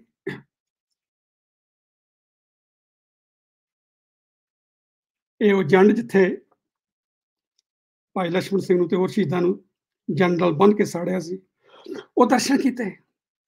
ਕਮਾਲ। ਉਦੋਂ ਬਾਅਦ ਮੈਂ ਸਾਰੇ ਜਿੰਨੇ ਪੱਟੀ ਸਾਹਿਬ ਗੁਰਦੁਆਰਾ ਸਾਰੇ, ਉੱਥੇ ਪੱਟੀ ਸਾਹਿਬ ਦੀ ਇੰਨੀ ਕਮਾਲ ਦੀ ਗੱਲ ਹੈ ਕਿ ਉੱਥੇ 150 ਵਿਦਿਆਰਥੀ ਬੱਚੇ ਬੱਚੀਆਂ ਕੀਰਤਨ ਸਿੱਖ ਰਹੇ ਸੀਗੇ। 2 ਬੱਚੇ ਇਸ ਤਰ੍ਹਾਂ ਗੇੜਾ ਕੱਢ ਰਹੇ ਸੀ, ਰਾਉਂਡ ਲਾ ਰਹੇ ਸੀ। ਮੈਂ ਕਿਹਾ ਤੁਸੀਂ ਕੀ ਕਰਦੇ ਹੋ? ਕਹਿੰਦੇ ਸੀ ਜਾਪ ਸਾਹਿਬ ਕੰਠ ਕਰ ਰਹੇ ਹਾਂ। ਕਹਿੰਦੇ ਸਾਨੂੰ ਹੁਕਮ ਹੈ ਕਿ ਇਸ ਤਰ੍ਹਾਂ ਤੁਸੀਂ ਜਦ ਤੱਕ ਯਾਦ ਨਹੀਂ ਕਰ ਲੈਂਦੇ ਗੇੜਾ ਕੱਢੀ ਚੱਲੋ। ਸੋ ਇਹੋ ਜਿਹੇ ਉਹ ਜਿਹੜੇ ਬੱਚੇ ਸੀ ਉਹਨਾਂ ਨੇ ਅੰਮ੍ਰਿਤ ਵੇਲੇ ਕੀਰਤਨ ਕੀਤਾ ਸਾਰੀ ਵਾਰ ਦਾ। ਇੰਨਾ ਮਨ ਖੁਸ਼ ਹੋਇਆ। ਤੇ ਉੱਥੇ ਨਨਕਾਣਾ ਸਾਹਿਬ ਦੇ ਵਿੱਚ ਹੀ ਮੈਨੂੰ ਉੱਥੇ ਬ੍ਰੇਕਫਾਸਟ ਜਿਹੜੀ ਮਿਲੀ। ਕਹਿੰਦੇ ਜੀ ਇੱਥੇ ਦੀ ਖਾਸ ਬ੍ਰੇਕਫਾਸਟ ਹੈ ਜਿਹੜੀ, ਉਹ ਛੋਲੇ ਤੇ ਨਾਨ ਨੇ। ਨਨਕਾਣਾ ਸਾਹਿਬ ਦੇ chickpeas and naan bread with a cup of tea। ਇੰਨੀ ਸਵਾਦ ਉਹ ਚਾਹ, ਇੰਨਾ ਸਵਾਦ ਉਹ ਛੋਲੇ, ਉਹ chickpeas, ਉਹ ਮੈਂ ਉਹਦਾ ਬਿਆਨ ਨਹੀਂ ਕਰ ਸਕਦਾ। ਉਸ ਤੋਂ ਬਾਅਦ ਅਸੀਂ ਪੰਜਾ ਸਾਹਿਬ ਨੂੰ ਸ਼ੁਰੂ ਹੋ ਗਏ। ਉਸ ਵੇਲੇ ਜਦੋਂ ਪੰਜਾ ਸਾਹਿਬ ਦੇ ਉਸ ਮੋਟਰਵੇ ਤੇ ਪਏ, ਜਿਹੜਾ ਸਾਡਾ ਮੁਹੰਮਦ ਬਸ਼ੀਰ ਡਰਾਈਵਰ ਸੀ, ਉਹ ਕਹਿੰਦਾ sir now you will not miss the highways of America. ਇੰਨਾ ਕਮਾਲ ਦਾ ਮੋਟਰ ਹਾਈਵੇ ਬਣਿਆ ਹੋਇਆ with the help of Korea government. motorway connects Lahore with Islamabad with beautiful resting places on both sides. It is certainly an index of the progress made by Pakistan. We took lunch of aloo palak and tandoori bread at Taba in Texla. ਤੇ ਉਹ ਜਿਹੜਾ Muhammad Bashir driver ਸੀ, ਮੈਂ ਉਹਨੂੰ ਕਿਹਾ, ਮੈਂ ਕਿਹਾ ਬਸ਼ੀਰ ਤੂੰ ਕਾਰ ਤਾਂ ਚਲਾਉਣਾ ਪਾਕਿਸਤਾਨ ਸਰਕਾਰ ਦੀ ਤੇ ਗਾਣੇ ਲਾਉਣਾ ਹਿੰਦੁਸਤਾਨ ਦੇ। ਉਹਨੇ ਗਾਣਾ ਲਾਇਆ ਸੀ ਦਿਲ ਤੋਂ ਪਾਗਲ ਹੈ। ਉਹ ਕਹਿੰਦਾ ਜੀ ਗਾਣੇ ਸਾਨੂੰ ਚੰਗੇ ਲੱਗਦੇ ਨੇ ਜਿਹੜੇ ਵੀ ਜਿੰਨੇ ਆਉਂਦੇ ਨੇ। ਉਸ ਵੇਲੇ ਟੇਪਾਂ ਹੁੰਦੀਆਂ ਸੀ, ਉਹ ਲਾ ਕੇ ਕਾਰ ਦੇ ਵਿੱਚ ਉਸ ਤਰ੍ਹਾਂ ਟੇਪਾਂ ਨਾਲ ਚੱਲਦਾ। ਹੁਣ ਅੱਜ ਕੱਲ੍ਹ ਅਸੀਂ ਕਿੱਥੇ ਪਹੁੰਚ ਗਏ ਹਾਂ। ਉਸ ਵੇਲੇ ਦਾ ਸਮਾਂ। ਪੰਜਾ ਸਾਹਿਬ ਦੇ ਦਰਸ਼ਨ ਕੀਤੇ, ਕਮਾਲ। ਇਸ਼ਨਾਨ ਕੀਤਾ ਸਾਰਾ, ਫਿਰ ਸਾਰੇ ਉੱਥੇ ਦੀਆਂ ਰਸਮੋ ਰਿਵਾਜ ਦੇਖੇ। ਇੰਨਾ ਖੂਬਸੂਰਤ, ਇੰਨਾ ਸਵੱਛ ਜਲ ਹੈ ਜਿਹੜਾ ਮੈਂ ਨਹੀਂ ਕਿਤੇ ਚਸ਼ਮੇ ਦਾ ਦੇਖਿਆ ਜਿੰਨਾ ਉੱਥੇ ਦੇਖਿਆ। ਉੱਥੇ ਸਵੇਰੇ ਜਦੋਂ ਦੇਖੇ, ਉੱਥੇ ਜਿਹੜੇ ਲੋਕੀ ਇਸ਼ਨਾਨ ਕਰਦੇ ਸੀ, ਇੱਕ ਨਿਹੰਗ ਸਿੰਘ ਸੀਗਾ ਉੱਥੇ ਆ ਕੇ ਨਾਲੇ ਇਸ਼ਨਾਨ ਕਰੇ, ਚੁੱਭੀ ਮਾਰੇ, ਗੁਰੂ ਨਾਨਕ ਸਾਹਿਬ ਦੇ ਹੱਥ ਨੂੰ ਹੱਥ ਲਾ ਕੇ ਆਪਣਾ ਫਿਰ ਕੇ ਬੋਲੇ ਸੋ ਨਿਹਾਲ ਸਤਿ ਸ੍ਰੀ ਅਕਾਲ। ਉਹਦੀ ਆਪਣੀ ਰਵਾਇਤ ਸੀ। ਸੋ ਉੱਥੇ ਹੀ ਉਹਨੇ ਆਪਣਾ ਝੰਡਾ ਚਲਾਇਆ ਹੋਇਆ ਸੀ। ਸੋ ਇਸ ਤਰ੍ਹਾਂ ਕਰਨ ਤੋਂ ਬਾਅਦ ਅਸੀਂ ਵਾਪਸ ਲਾਹੌਰ ਆ ਗਏ। ਲਾਹੌਰ ਆ ਕੇ ਅਸੀਂ ਫਿਰ ਸਾਰੇ ਜਿਹੜਾ ਗੁਰਦੁਆਰੇ ਸੀ ਲਾਹੌਰ ਦੇ, ਡੇਰਾ ਸਾਹਿਬ ਲਾਹੌਰ, ਮਹਾਰਾਜਾ ਰਣਜੀਤ ਸਿੰਘ ਦੀ ਸਮਾਧ, ਸਾਰੇ ਗੁਰਦੁਆਰੇ ਦਰਸ਼ਨ ਕੀਤੇ।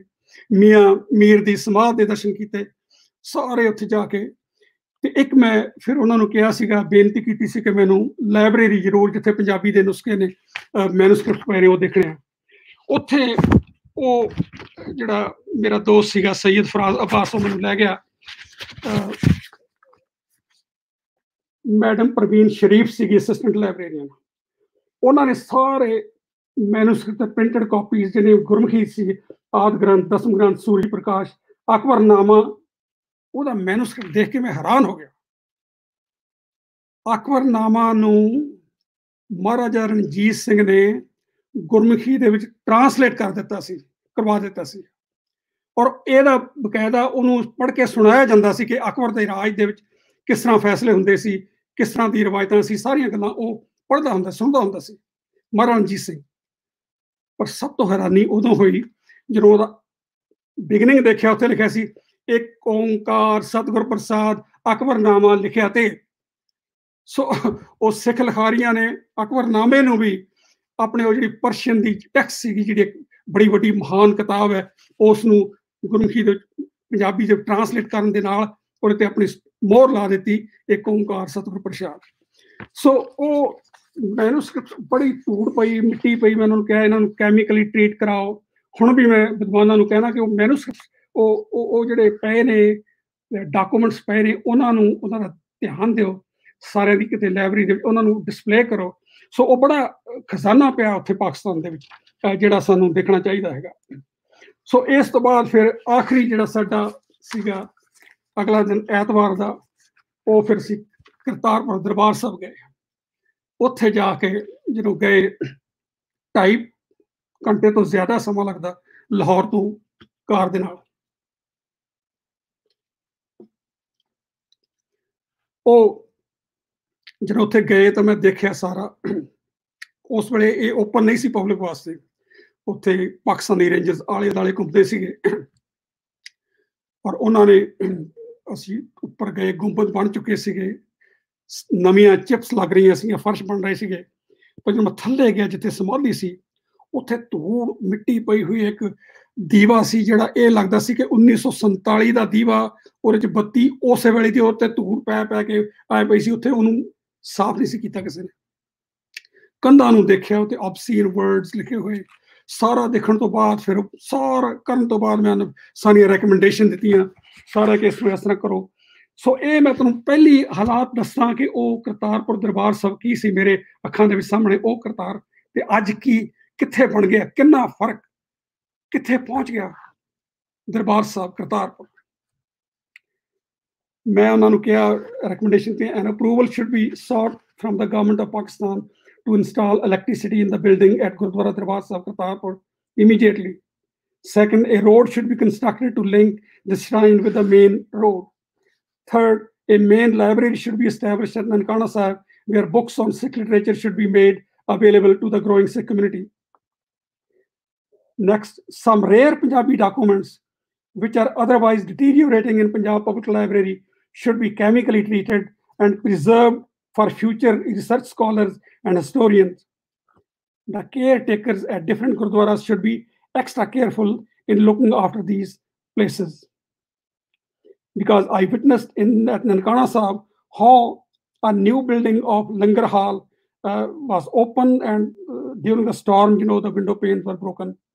Local Sikhs should be encouraged to become Granthis so that they can maintain the religious services and sanctity of various gurdwaras. Signs of no smoking should be placed in all gurdwaras, and no one should be allowed to desecrate the gurdwara building with obscene writings. And finally, at the completion of the project of embankment of Gurdwara Darbar Sahib, so ਉਹ ਸੀ ਕਿ ਮੈਂ ਗੁਰੂ Nanak shrine foundation ਦੀ plate ਲਾ ਦੇਣਾ। ਸੋ ਉਸ ਵੇਲੇ ਦਾ ਸਮਾਂ ਉਹ ਸੀ।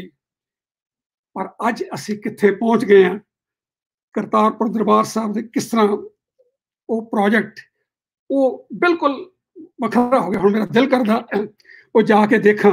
ਮੈਂ ਹਿੰਦੁਸਤਾਨ ਗਿਆ ਸੀ ਨਵੰਬਰ ਦੇ ਵਿੱਚ, ਉੱਥੇ ਇੱਕ ਇੰਟਰਨੈਸ਼ਨਲ ਕਾਨਫਰੰਸ ਸੀ। ਉਹ ਕਹਿੰਦੇ ਉੱਥੇ ਪ੍ਰੋਸੀਜਰ ਬੜਾ ਲੰਮਾ ਚੌੜਾ ਹੈਗਾ। ਅਸੀਂ ਅਪਲਾਈ ਕੀਤਾ ਵੀ ਦਰਬਾਰ ਸਾਹਿਬ ਮੱਥਾ ਟੇਕਣਾ। ਉਹ ਕਹਿੰਦੇ ਤੁਹਾਡੇ 3 ਹਫ਼ਤੇ ਬਾਅਦ 4 ਦਸੰਬਰ ਨੂੰ ਤੁਹਾਡੀ ਵਾਰੀ ਆਊਗੀ। ਫਿਰ ਕਿਉਂਕਿ ਅਸੀਂ OCI card C, Overseas citizen of India, ਪਰ ਸੀ ਮੈਂ ਅਮਰੀਕਨ ਸਿਟੀਜ਼ਨ ਹੋਣ ਦੇ ਨਾਤੇ ਉਹ ਸਾਡੀ ਪੁਲਿਸ ਦੀ ਰਿਪੋਰਟ ਗਈ, ਸਾਰਾ ਕੁਛ ਹੋਇਆ। 3 ਹਫ਼ਤਿਆਂ ਬਾਅਦ ਵੀ ਕੋਈ ਜਵਾਬ ਨਹੀਂ ਆਇਆ। 4 ਦਸੰਬਰ ਨੂੰ ਮੈਂ ਅਮਰੀਕਾ ਆ ਗਿਆ ਵਾਪਸ। ਹੁਣ ਮਨ ਦੇ ਵਿੱਚ ਸਧਰਾਂ ਨੇ ਕਿ ਕਿਸੇ ਵੇਲੇ ਦਰਬਾਰ ਸਾਹਿਬ ਜਾ ਕੇ ਦੁਬਾਰਾ ਦਰਸ਼ਨ ਕਰੀਏ ਤੇ ਉਹ ਨਜ਼ਾਰਾ ਮਾਣੀਏ। ਭੁੱਲਾਂ ਚੁੱਕਾਂ ਮਾਫ਼, ਬੜੀਆਂ ਗਲਤੀਆਂ ਹੋ ਗਈਆਂ ਹੋਣਗੀਆਂ, ਮਾਫ਼ ਕਰਨਾ। ਸਤਿ ਸ੍ਰੀ ਅਕਾਲ, ਆਦਾਬ। ਜੀ ਸਰ, ਬਹੁਤ ਸ਼ੁਕਰੀਆ ਜੀ ਸਰ। ਜਿਹੜਾ ਤੁਹਾਡਾ ਪੂਰਾ ਇੱਕ ਸਫ਼ਰਨਾਮਾ ਔਰ ਉਹਦੇ ਨਾਲ ਜ਼ਿਲ੍ਹਾ ਕਰਤਾਰਪੁਰ ਦਾ ਸਾਰਾ ਤੁਸੀਂ ਪੂਰੀ ਜਿਸ ਤਰ੍ਹਾਂ ਇਹ ਬਣਿਆ, ਉਹਦੀ ਪੂਰੀ ਸਾਰੀ ਕਿਸ ਤਰ੍ਹਾਂ ਪ੍ਰੋਜੈਕਟ ਆਇਆ, ਔਰ ਇਹ ਸਾਰਾ ਇਹ ਬੜਾ ਇਨਫੋਰਮੇਟਿਵ ਸੀ। ਕਿਉਂਕਿ ਜਦੋਂ ਇਹ ਕੋਰੀਡੋਰ ਬਣਿਆ ਤੇ ਵਾਕਈ ਜਿਹੜੇ ਇਹਨਾਂ ਦੇ ਮੇਨ ਬੰਦੇ ਸਨ, ਉਹਨਾਂ ਦੇ ਨਾਮ ਔਰ ਉਹਨਾਂ ਦਾ ਕੰਮ ਕਿਸੇ ਨੂੰ ਚੇਤਾ ਨਹੀਂ ਰਿਹਾ ਸੀ। ਔਰ ਇਹ ਬੜਾ ਅੱਛਾ ਜਿਹੜਾ ਨਾ ਇਹ ਸਾਡੇ ਨਾਲ ਜਿਹੜਾ ਅੱਜ ਦੇ ਲੈਕਚਰ ਰਾਹੀਂ ਤੁਹਾਡੇ ਕੋਲੋਂ ਸਾਨੂੰ ਸਾਰਾ ਇਹ ਪਤਾ ਮਿਲਿਆ। ਇੱਥੇ ਕੋਈ ਸਾਡੇ ਦੋਸਤਾਂ ਦੀ ਗੱਲਬਾਤ ਵੀ ਇੱਥੇ ਸਾਡੇ ਨਾਲ ਡਾਕਟਰ ਹਰਦੀਪ ਕੌਰ ਵੜੈਚ ਜੀ ਨੇ। ਉਹਨਾਂ ਨੇ ਪੁੱਛਿਆ ਕਿ ਤੁਸੀਂ ਜਦੋਂ ਲਾਇਬ੍ਰੇਰੀ ਗਏ ਸੋ ਤੇ ਤੁਹਾਨੂੰ ਤੁਸੀਂ 2-3 ਨੁਸਖਿਆਂ ਦੇ ਨਾਮ ਲਏ, ਇਸ ਤੋਂ ਵੱਖ ਕੋਈ ਹੋਰ ਇੰਪੋਰਟੈਂਟ ਐਸਾ ਤੁਹਾਨੂੰ ਚੀਜ਼ ਨਜ਼ਰ ਆਈ ਜਿਹੜੀ ਗੁਰਮੁਖੀ 'ਚ ਟਰਾਂਸਲੇਟ ਕੀਤੀ ਹੋਈ ਉਹਨਾਂ ਲਾਇਬ੍ਰੇਰੀ ਵਾਲਿਆਂ ਨੇ? ਉਹ ਸਾਰੀਆਂ ਗੁਰਮੁਖੀ ਦੇ ਮੈਨੂਸਕ੍ਰਿਪਟ ਸੀਗੇ, ਉਹ ਉਰਦੂ ਦੇ ਵਿੱਚ ਨਹੀਂ ਸੀਗੇ, ਪਰਸ਼ੀਅਨ ਵਿੱਚ, ਉਹ ਸਾਰੇ ਹੀ ਗੁਰਮੁਖੀ ਦੇ ਬਿਲਕੁਲ ਪੰਜਾਬੀ ਗੁਰਮੁਖੀ ਅੱਖਰਾਂ ਦੇ ਵਿੱਚ ਪ੍ਰਿੰਟ ਹੋਏ ਸੀ। ਨਾਨਕ ਪ੍ਰਕਾਸ਼, ਸੂਰਯ ਪ੍ਰਕਾਸ਼, ਆਦਿ ਗ੍ਰੰਥ, ਦਸਮ ਗ੍ਰੰਥ ਤਾਂ ਖੈਰ ਹੋਣਾ ਹੀ ਹੈ, ਤੇ ਅਕਬਰਨਾਮਾ ਜਿਹੜਾ ਮੈਨੂੰ ਦੇਖ ਕੇ ਬੜਾ ਹੈਰਾਨੀ ਹੋ ਗਈ। ਉਹ ਮੈਂ ਉਹਨੂੰ ਕਿਹਾ, ਮੈਂ ਉਹ ਤੇ ਲਿਖ ਦਿੱਤਾ, ਉਹਨੂੰ ਕਿਹਾ ਮੈਡਮ ਨੂੰ ਕਿ ਤੁਸੀਂ ਇਹਨੂੰ ਬਿਲਕੁਲ ਸੋਨੇ ਵਿੱਚ ਮੜ ਕੇ ਰੱਖ ਦਿਓ। ਉਹ ਪਤਾ ਨਹੀਂ ਕੀ ਉਹਨਾਂ ਨੇ ਕੀਤਾ ਕਿ ਨਹੀਂ ਕੀਤਾ, ਪਰ ਉਹਨਾਂ ਨੂੰ ਉਹ ਕਹਿੰਦੇ ਜੀ ਇੱਥੇ ਗੁਰਮੁਖੀ ਪੜ੍ਹਦਾ ਕੋਈ ਨਹੀਂ, ਆਉਂਦਾ ਕੋਈ ਨਹੀਂ, ਦੇਖਦਾ ਕੋਈ ਨਹੀਂ। ਸੋ ਉਸੇ ਤਰ੍ਹਾਂ ਕੱਪੜਿਆਂ 'ਚ ਲਪੇਟੇ ਹੋਏ ਉਹਨਾਂ ਨੇ ਐਂ ਰੱਖਤੇ ਸਾਹਮਣੇ ਲਿਆ ਕੇ, ਪਰ ਬੜੇ ਉਹਨਾਂ ਨੇ ਮਤਲਬ ਮੇਰੇ ਕੋਲ ਸਾਹਮਣੇ ਸਾਰੇ ਮੈਨੂਸਕ੍ਰਿਪਟ ਦਿਖਾਏ। ਬਹੁਤ ਹੋਰ ਵੀ ਨੁਸਖੇ ਉੱਤੇ ਸੀਗੇ, ਹੁਣ ਮੈਨੂੰ ਯਾਦ ਨਹੀਂ ਆ ਰਿਹਾ ਉਸ ਵੇਲੇ ਦਾ, ਜਿੰਨੇ ਮੈਂ ਜ਼ਿਆਦਾ ਲਿਖ ਦਿੱਤੇ, ਪਰ ਉੱਥੇ ਕਾਫੀ ਮਟੀਰੀਅਲ ਅਜੇ ਤੱਕ ਵੀ ਹੋਣਾ ਚਾਹੀਦਾ। ਪੰਜਾਬੀ ਦੇ ਗੁਰਮੁਖੀ ਨੁਸਖੇ ਸੀਗੇ। ਜੀ ਜੀ, ਬਸ ਸਰ ਹੁਣ ਮੇਰਾ ਖਿਆਲ ਹੈ ਕਿ ਉਹਨਾਂ ਨੂੰ ਡਿਜੀਟਲਾਈਜ਼ ਕਰਨ ਦਾ ਪ੍ਰੋਜੈਕਟ ਪਿਛਲੇ ਦਿਨਾਂ 'ਚ ਚੱਲ ਰਿਹਾ ਸੀ। ਆਈ ਹੋਪ ਕਿ ਹੁਣ ਉਹ ਤਕਰੀਬਨ ਮੈਚੋਰ ਹੋਣ ਦੇ ਲਾਗੇ ਹੋਣਾ ਹੈ। ਡਾਕਟਰ ਯਕੂਬ ਬੰਗਸ਼ ਜਿਹੜੇ ਨੇ ਉਹ ਵੇਖ ਰਹੇ ਸਨ ਇਹਨਾਂ ਨੂੰ, ITU ਤੋਂ ਪ੍ਰੋਫੈਸਰ ਨੇ ਹਿਸਟਰੀ ਦੇ, ਉਹ ਕਰ ਰਹੇ ਸਨ ਇਹ ਸਾਰਾ। ਤੇ ਸਰ ਤੁਸੀਂ ਜਿਸ ਤਰ੍ਹਾਂ ਕਰਤਾਰਪੁਰ ਸਾਹਿਬ ਆਏ, ਕਰਤਾਰਪੁਰ ਸਾਹਿਬ ਦੀ ਜਿਹੜੀ ਅਸੀਂ ਗੱਲ ਸੁਣੀ ਉਹਦਾ ਤਾਰੀਖ ਦੇ ਨਾਲ, ਜਾਂ ਅਸੀਂ ਜਿਹੜੀ ਇੱਥੇ ਇੱਕ ਗੱਲ ਸੁਣੀ ਕਿ ਉੱਥੇ ਜਿਹੜੀ ਬਾਬਾ ਜੀ ਦਾ ਜਦੋਂ ਉੱਥੇ ਜਿਹੜਾ ਦਰਬਾਰ ਸਾਹਿਬ ਬਣਿਆ, ਉਹਦੇ ਵਿੱਚ ਜਿਹੜੀ ਕਬਰ ਸੀ ਉਹਦੇ ਉੱਪਰ ਲੋਕ ਜਾਂਦੇ ਸਨ, ਦੁਆ ਕਰਦੇ ਸਨ, ਤੇ ਉਹ ਬਿਲਕੁਲ ਸਮਾਧ ਔਰ ਕਬਰ ਦੇ ਦਰਮਿਆਨ ਬੜਾ ਥੋੜਾ ਜਿਹਾ ਫਾਸਲਾ ਹੈ। ਤੇ ਜਦੋਂ ਤੁਸੀਂ ਉੱਥੇ ਗਏ ਉਦੋਂ ਤੇ ਉਹ ਬਿਲਕੁਲ ਬੰਦ ਸੀ, ਲੇਕਿਨ ਉੱਥੇ ਉਹ ਸਾਰੀਆਂ ਚੀਜ਼ਾਂ ਉਸੇ ਤਰ੍ਹਾਂ ਸੇਵ ਪਈਆਂ ਸਨ। ਉਹ ਜਿਹੜਾ ਸਮਾਧ ਜਿਹੜੀ ਹੈ ਨਾ ਬਾਹਰ, ਉਹ ਕਬਰ, ਉਹ ਉੱਥੇ ਲੋਕੀ ਜਾਂਦੇ ਸੀਗੇ, ਉਹ ਬਾਹਰ ਉੱਥੇ ਠੀਕ ਹੈ, ਪਰ ਅੰਦਰ ਜਿੱਥੇ ਹੈਗੀ ਹੈ ਸਮਾਧ ਸੀਗੀ, ਉੱਥੇ ਉਸੇ ਤਰ੍ਹਾਂ ਹੀ ਉਸ ਵੇਲੇ ਮਤਲਬ ਮੈਂ ਦੇਖਿਆ, ਤੇ ਮੈਂ ਫੋਟੋਆਂ ਵੀ ਲਈਆਂ ਕੋਈ, ਪਰ ਉਹਦੇ ਵਿੱਚ ਜਿਹੜਾ ਗਰਦਿਸ਼ ਸੀ, ਮਤਲਬ 1947 ਦਾ ਮਤਲਬ ਮੈਂ ਦੇਖਿਆ ਵੀ ਉਹਦੇ ਲੇਅਰਸ ਉੱਤੇ ਲੇਅਰ ਪਈਆਂ ਸੀ। ਮਤਲਬ ਉਹ ਇਹ ਤਾਂ ਇੱਕ ਹਿਸਟਰੀ ਹੈ ਕਿ ਉਹ ਤੁਹਾਡੇ ਤੇ ਇੰਪ੍ਰੈਸ਼ਨ ਜਿਸ ਤਰ੍ਹਾਂ ਬਣਦਾ ਹੈਗਾ, ਜਿਉਂ-ਜਿਉਂ ਤੁਸੀਂ ਦੇਖਦੇ ਹੋ ਤੇ ਫਿਰ ਤੁਸੀਂ ਕਹਿੰਦੇ ਹੋ ਵੀ ਇੱਥੇ ਇਹ ਗੁਰੂ ਨਾਨਕ ਸਾਹਿਬ ਦਾ ਸਥਾਨ ਆ। ਫਿਰ ਉਹੀ ਜਿਹੜਾ ਖੂਹ ਸੀ, ਉਹ ਸਾਰੇ ਦੇਖ ਕੇ ਉਹ ਤੁਸੀਂ you are transported back to that time period. ਜਿਸ ਤਰ੍ਹਾਂ ਮੈਂ ਤੰਬੂ ਸਾਹਿਬ ਕੋਲੇ ਉਹ ਬਣ ਦੀ ਗੱਲ ਕੀਤੀ ਹੈ, ਹੁਣ ਪਤਾ ਨਹੀਂ ਉੱਥੇ ਕਿੰਨੀ ਡਿਵੈਲਪਮੈਂਟ ਹੋ ਗਈ ਹੋਣੀ ਹੈ ਤੰਬੂ ਸਾਹਿਬ ਦੇ ਕੋਲੇ, ਕਿਉਂਕਿ ਮੈਨੂੰ ਹੁਣ ਇਹ ਨਹੀਂ ਪਤਾ ਕਿ ਉਸ ਵੇਲੇ ਐਡਾ ਖੂਬਸੂਰਤ ਨਜ਼ਾਰਾ ਸੀ ਉਹਨੂੰ ਦੇਖ ਕੇ ਕਿ ਕਮਾਲ ਦੀ ਮਤਲਬ ਮੇਰੇ ਮਨ ਦੇ ਉੱਤੇ ਜਿਹੜੀ ਉਸ ਵੇਲੇ ਦੇ ਇੰਪ੍ਰੈਸ਼ਨ ਬਣੇ ਸੀ, ਉਹ ਮੈਂ ਤੁਹਾਡੇ ਨਾਲ ਸਾਂਝੇ ਕੀਤੇ ਨੇ। ਜੀ ਅਸੀਂ ਸਰ ਜਦੋਂ ਵੇਖਦੇ ਹਾਂ ਕਿ ਨਨਕਾਣਾ ਸਾਹਿਬ ਤੋਂ ਕਰਤਾਰਪੁਰ ਸਾਹਿਬ, ਨਨਕਾਣਾ ਸਾਹਿਬ ਦੀ ਜਿਹੜੀ ਸਮਝ ਲਓ ਕਿ ਜਿਹੜੀ ਜ਼ਮੀਨ ਹੈ ਉੱਥੇ ਉਹ ਬੜੀ ਫਰਟਾਈਲ ਹੈ, ਬੜੀ ਪਾਣੀ ਬੜਾ ਚੰਗਾ ਉਹਦਾ, ਤੇ ਉਹ ਜ਼ਮੀਨ ਬੜੀ ਫਰਟਾਈਲ ਹੈ। ਇਸੇ ਤਰ੍ਹਾਂ ਜਦੋਂ ਕਰਤਾਰਪੁਰ ਜਾਂਦੇ ਆ ਤੇ ਉਹ ਰਾਵੀ ਦੀ ਬਿਲਕੁਲ ਨਾਲ ਜਿਹੜੀ ਉਹ ਬੈਲਟ ਹੈ, ਉਹਦੇ 'ਚ ਪਾਣੀ ਵੀ ਬੜਾ ਮਿੱਠਾ ਹੈ, ਥੱਲੇ ਵਾਲਾ ਪਾਣੀ ਵਾਟਰ, ਲੇਕਿਨ ਉੱਥੇ ਦਾ ਜਿਹੜਾ ਲੈਂਡਸਕੇਪ ਹੈ ਔਰ ਉਹਦੀ ਖੂਬਸੂਰਤੀ, ਉਹ ਬਹੁਤ ਜ਼ਰਖੇਜ਼ ਜ਼ਮੀਨ ਹੈ, ਬਹੁਤ ਹੀ ਜ਼ਿਆਦਾ ਜ਼ਰਖੇਜ਼ ਜ਼ਮੀਨ ਆਉਂਦੀ ਹੈ। ਤੇ ਸਰ ਜਦੋਂ ਇਹ ਪ੍ਰੋਜੈਕਟ ਬਣ ਰਿਹਾ ਸੀ, ਤੁਸੀਂ ਇਹਦੇ ਨਾਲ ਸੋ, ਤੇ ਇਹਦੇ ਵਿੱਚ ਅਸੀਂ ਗੱਲ ਕਰਨੀ ਹੁੰਦੀ ਕਿ ਇਹਦੇ ਵਿੱਚ ਕੋਈ ਕਿਤਾਬਾਂ ਦੀ ਦੁਕਾਨ ਵੀ, ਕਿਉਂਕਿ ਅਸੀਂ ਤੇ ਕਿਤਾਬਾਂ ਪੜ੍ਹਨ ਵਾਲੇ ਲੋਕ ਆ, ਕਿ ਕੋਈ ਐਸੀ ਦੁਕਾਨ ਜਾਂ ਐਸੀ ਚੀਜ਼ ਹੋਣੀ ਚਾਹੀਦੀ ਕਿ ਜਿੱਥੇ ਗੁਰਮੁਖੀ ਸ਼ਾਹਮੁਖੀ ਦੀਆਂ ਕਿਤਾਬਾਂ ਹੋਣ। ਇੱਥੇ ਸਾਡੇ ਨਾਲ ਜ਼ੁਬੈਰ ਸਾਹਿਬ ਨੇ, ਪ੍ਰੋਫੈਸਰ ਜ਼ੁਬੈਰ ਸਾਹਿਬ ਵੀ ਇਹ ਗੱਲ ਕਰ ਰਹੇ ਨੇ। ਹਾਂ, ਉੱਥੇ ਬੜੀਆਂ ਬਿਲਡਿੰਗਸਾਂ ਇੰਨੀਆਂ ਅੱਛੀਆਂ ਬਣ ਗਈਆਂ ਨੇ, ਉੱਥੇ ਇੱਕ ਮਿਊਜ਼ੀਅਮ ਬਣਾ ਦੇਣ, ਲਾਇਬ੍ਰੇਰੀ ਬਣਾ ਦੇਣ, ਜਿੰਨੇ ਵੀ ਇਹ ਸਾਰੇ ਥਾਂ ਪਏ ਨੇ ਮੈਨੂਸਕ੍ਰਿਪਟ, ਹੋਰ ਵੀ ਹੋਣੇ ਨੇ। ਮਤਲਬ ਮੈਂ ਤਾਂ ਜਿੱਥੇ ਮੈਨੂੰ ਜਿੱਥੇ ਜਾਣ ਦਾ ਮੌਕਾ ਮਿਲਿਆ ਉਹੀ ਦੇਖਿਆ। ਫਿਰ ਮੈਂ ਤੁਹਾਨੂੰ ਇੱਕ ਗੱਲ ਦੱਸਣੀ ਭੁੱਲ ਗਿਆ ਕਿ ਮੈਨੂੰ ਜਿੰਨਾ ਪਿਆਰ ਉੱਥੇ ਮਿਲਿਆ, ਅਨਾਰਕਲੀ ਬਾਜ਼ਾਰ ਦੇ ਵਿੱਚ ਮੈਂ ਫਰਜ਼ ਕੀਤਾ ਉੱਥੇ ਗਿਆ ਸੀਗਾ ਖਰੀਦਣ ਵਾਸਤੇ, 2 ਪਠਾਣੀ ਸੂਟ ਲੈਣੇ ਸੀਗੇ, ਤੇ ਉਹ ਫਰਾਜ਼ ਅब्बास ਲੈ ਗਏ, ਉਹਨਾਂ ਨੂੰ ਕਹਿਣ ਲੱਗੇ ਇਹ ਹਮਾਰੇ ਮਹਿਮਾਨ ਹੈ, ਤੇ ਮੈਂ ਆਪਣਾ ਮਾਸਟਰ ਕਾਰਡ ਜਿਹੜਾ ਸੀਗਾ ਉਹਨਾਂ ਨੂੰ ਦਿੱਤਾ। ਉਹਨਾਂ ਨੇ ਸਾਨੂੰ ਕੋਕਾ ਕੋਲਾ ਵਾਲਾ ਡਰਿੰਕ ਸੀ ਜਿਹੜਾ ਲਿਆ ਕੇ ਦਿੱਤਾ, ਬੈਠੇ ਰਹੇ, ਤੇ ਇੱਕ ਨੀਲੇ ਰੰਗ ਦਾ, ਕਾਲੇ ਰੰਗ ਦਾ, ਸਾਡੇ ਮੇਰਾ ਮੇਜ਼ ਦੇ ਕੇ ਉਹਨਾਂ ਨੇ ਮੈਨੂੰ ਦਿੱਤੇ 2 ਸੂਟ, ਤੇ ਮੈਂ ਉਹ ਵਾਪਸ ਕਾਰਡ ਕਰ ਦਿੱਤਾ, ਤੇ ਕਹਿਣ ਲੱਗੇ सर आप हमारे मेहमान हैं, हम आपसे इसकी बेटा चार्ज नहीं कर सकते।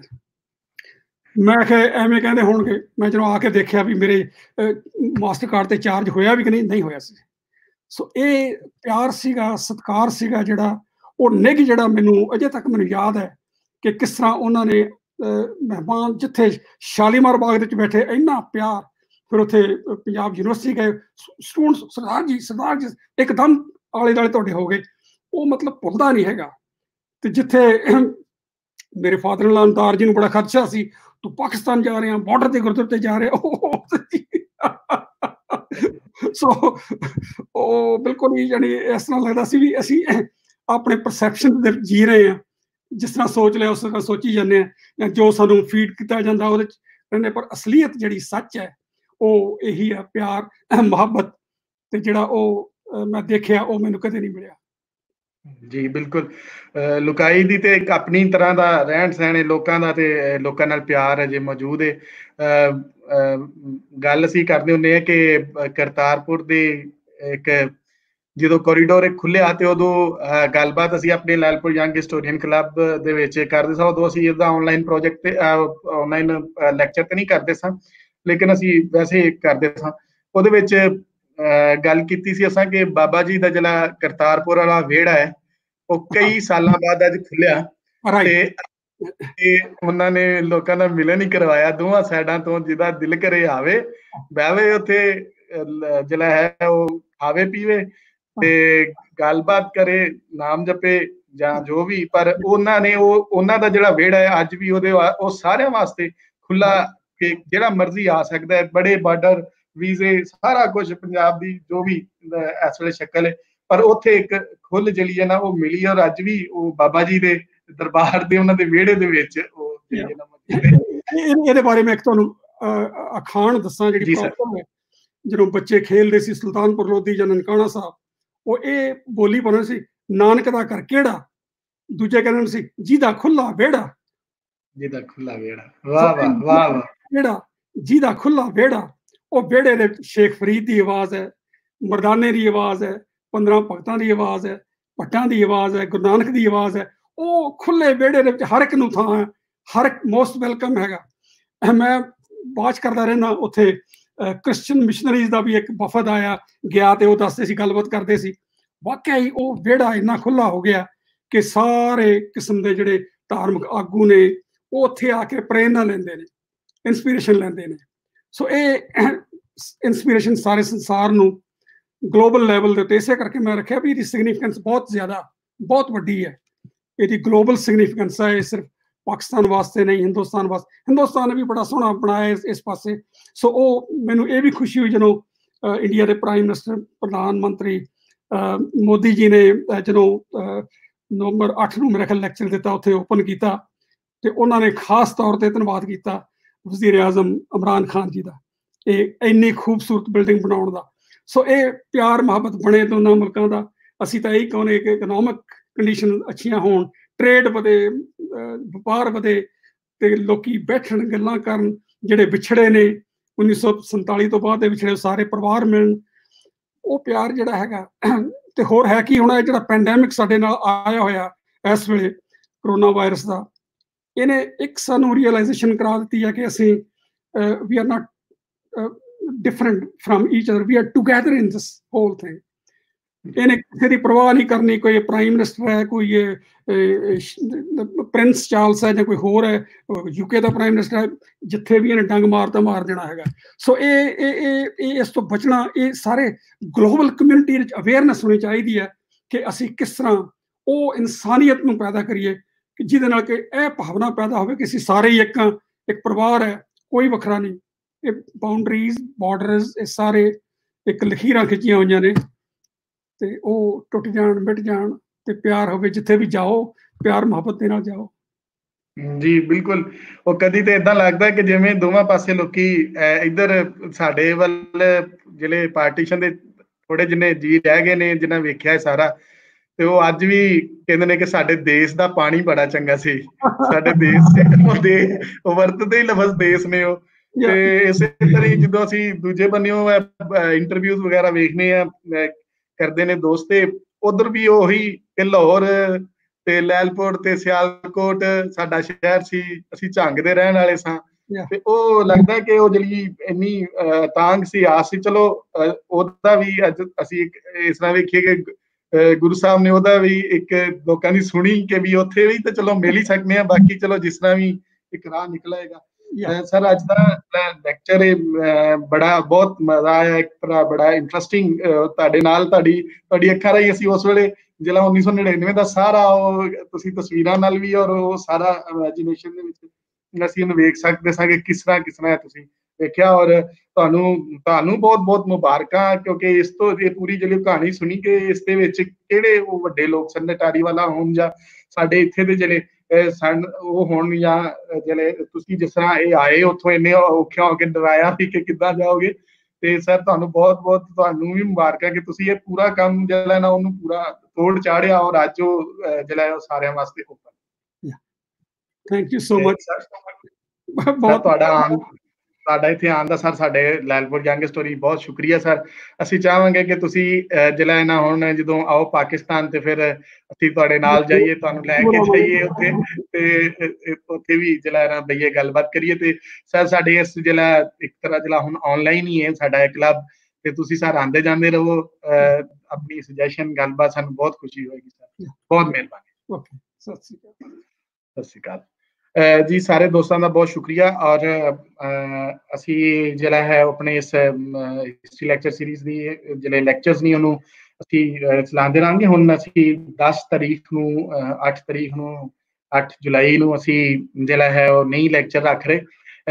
10 ਜੁਲਾਈ ਨੂੰ ਅਸੀਂ ਜਿਹੜਾ ਹੈ ਉਹ ਲੈਕਚਰ ਰੱਖਾਂਗੇ। ਉਹਦੇ ਸਾਡੇ ਨਾਲ ਡਾਕਟਰ ਨਦਰਾ ਜੀ ਹੋਣਗੇ, ਆਰਟ ਹਿਸਟੋਰੀਅਨ ਨੇ ਲੰਮਸ ਤੋਂ, ਔਰ ਉਹ ਸਾਡੇ ਨਾਲ ਆਪਣੀ ਗੱਲਬਾਤ ਜਿਹੜੀ ਹੈ ਨਾ ਉਹ ਸਾਂਝੀ ਕਰਨਗੇ ਤੇ ਅਸੀਂ ਜਿਹੜਾ ਨਾ ਉਸ ਲੈਕਚਰ ਦਾ ਇੰਤਜ਼ਾਰ ਕਰਾਂਗੇ। ਤੇ ਸਾਰੇ ਦੋਸਤਾਂ ਦਾ ਬਹੁਤ ਸ਼ੁਕਰੀਆ। ਪਲੀਜ਼ ਤੁਸੀਂ ਇਹਨੂੰ ਸ਼ੇਅਰ ਵੀ ਕਰ ਦੇਣਾ, ਲਾਈਕ ਵੀ ਕਰ ਦੇਣਾ YouTube ਤੇ ਵੀ ਤੇ Facebook ਤੇ ਵੀ, ਔਰ ਆਪਣੀ ਗੱਲਬਾਤ ਜ਼ਰੂਰ ਲਿਖਣਾ। ਗੱਲ ਕਰਨ ਦਾ ਮਕਸਦ ਹੈ ਕਿ ਬਸਕਤ ਲੈਕਚਰ ਦੇ ਵਿੱਚ ਨਾ ਉਹ ਟਾਈਮ ਥੋੜਾ ਘੱਟ ਰਹਿ ਜਾਂਦਾ ਸਵਾਲਾਂ ਜਵਾਬਾਂ ਦਾ, ਤੇ ਉਹ ਤੁਸੀਂ ਜ਼ਰੂਰ ਲਿਖਣਾ। ਔਰ ਅਸੀਂ ਰਿਕੁਐਸਟ ਕਰਾਂਗੇ ਸਰ ਜੀ ਕੋਲੋਂ ਕਿ ਉਹ ਇਹਨੂੰ ਜਿਹੜਾ ਹੈ ਉਹ ਪਲੀਜ਼ ਵੇਖ ਲੈਣ, ਔਰ ਉਹਦਾ ਕੋਈ ਆਨਸਰ ਅਗਰ ਜੇ ਕਰਨਾ ਚਾਹਣ, ਉਹਨਾਂ ਨੂੰ ਲੱਗੇ ਕਿ ਕਰਨਾ ਚਾਹੀਦਾ, ਜ਼ਰੂਰ ਕਰਨਗੇ। ਸੋ ਇਸ ਦੇ ਨਾਲ ਹੀ ਸਾਰੇ ਦੋਸਤਾਂ ਦਾ ਬਹੁਤ ਸ਼ੁਕਰੀਆ। ਮਿਲਨੇ ਅਗਲੇ ਪ੍ਰੋਗਰਾਮ ਦੇ ਨਾਲ। ਰੱਬ ਰੱਖਾ।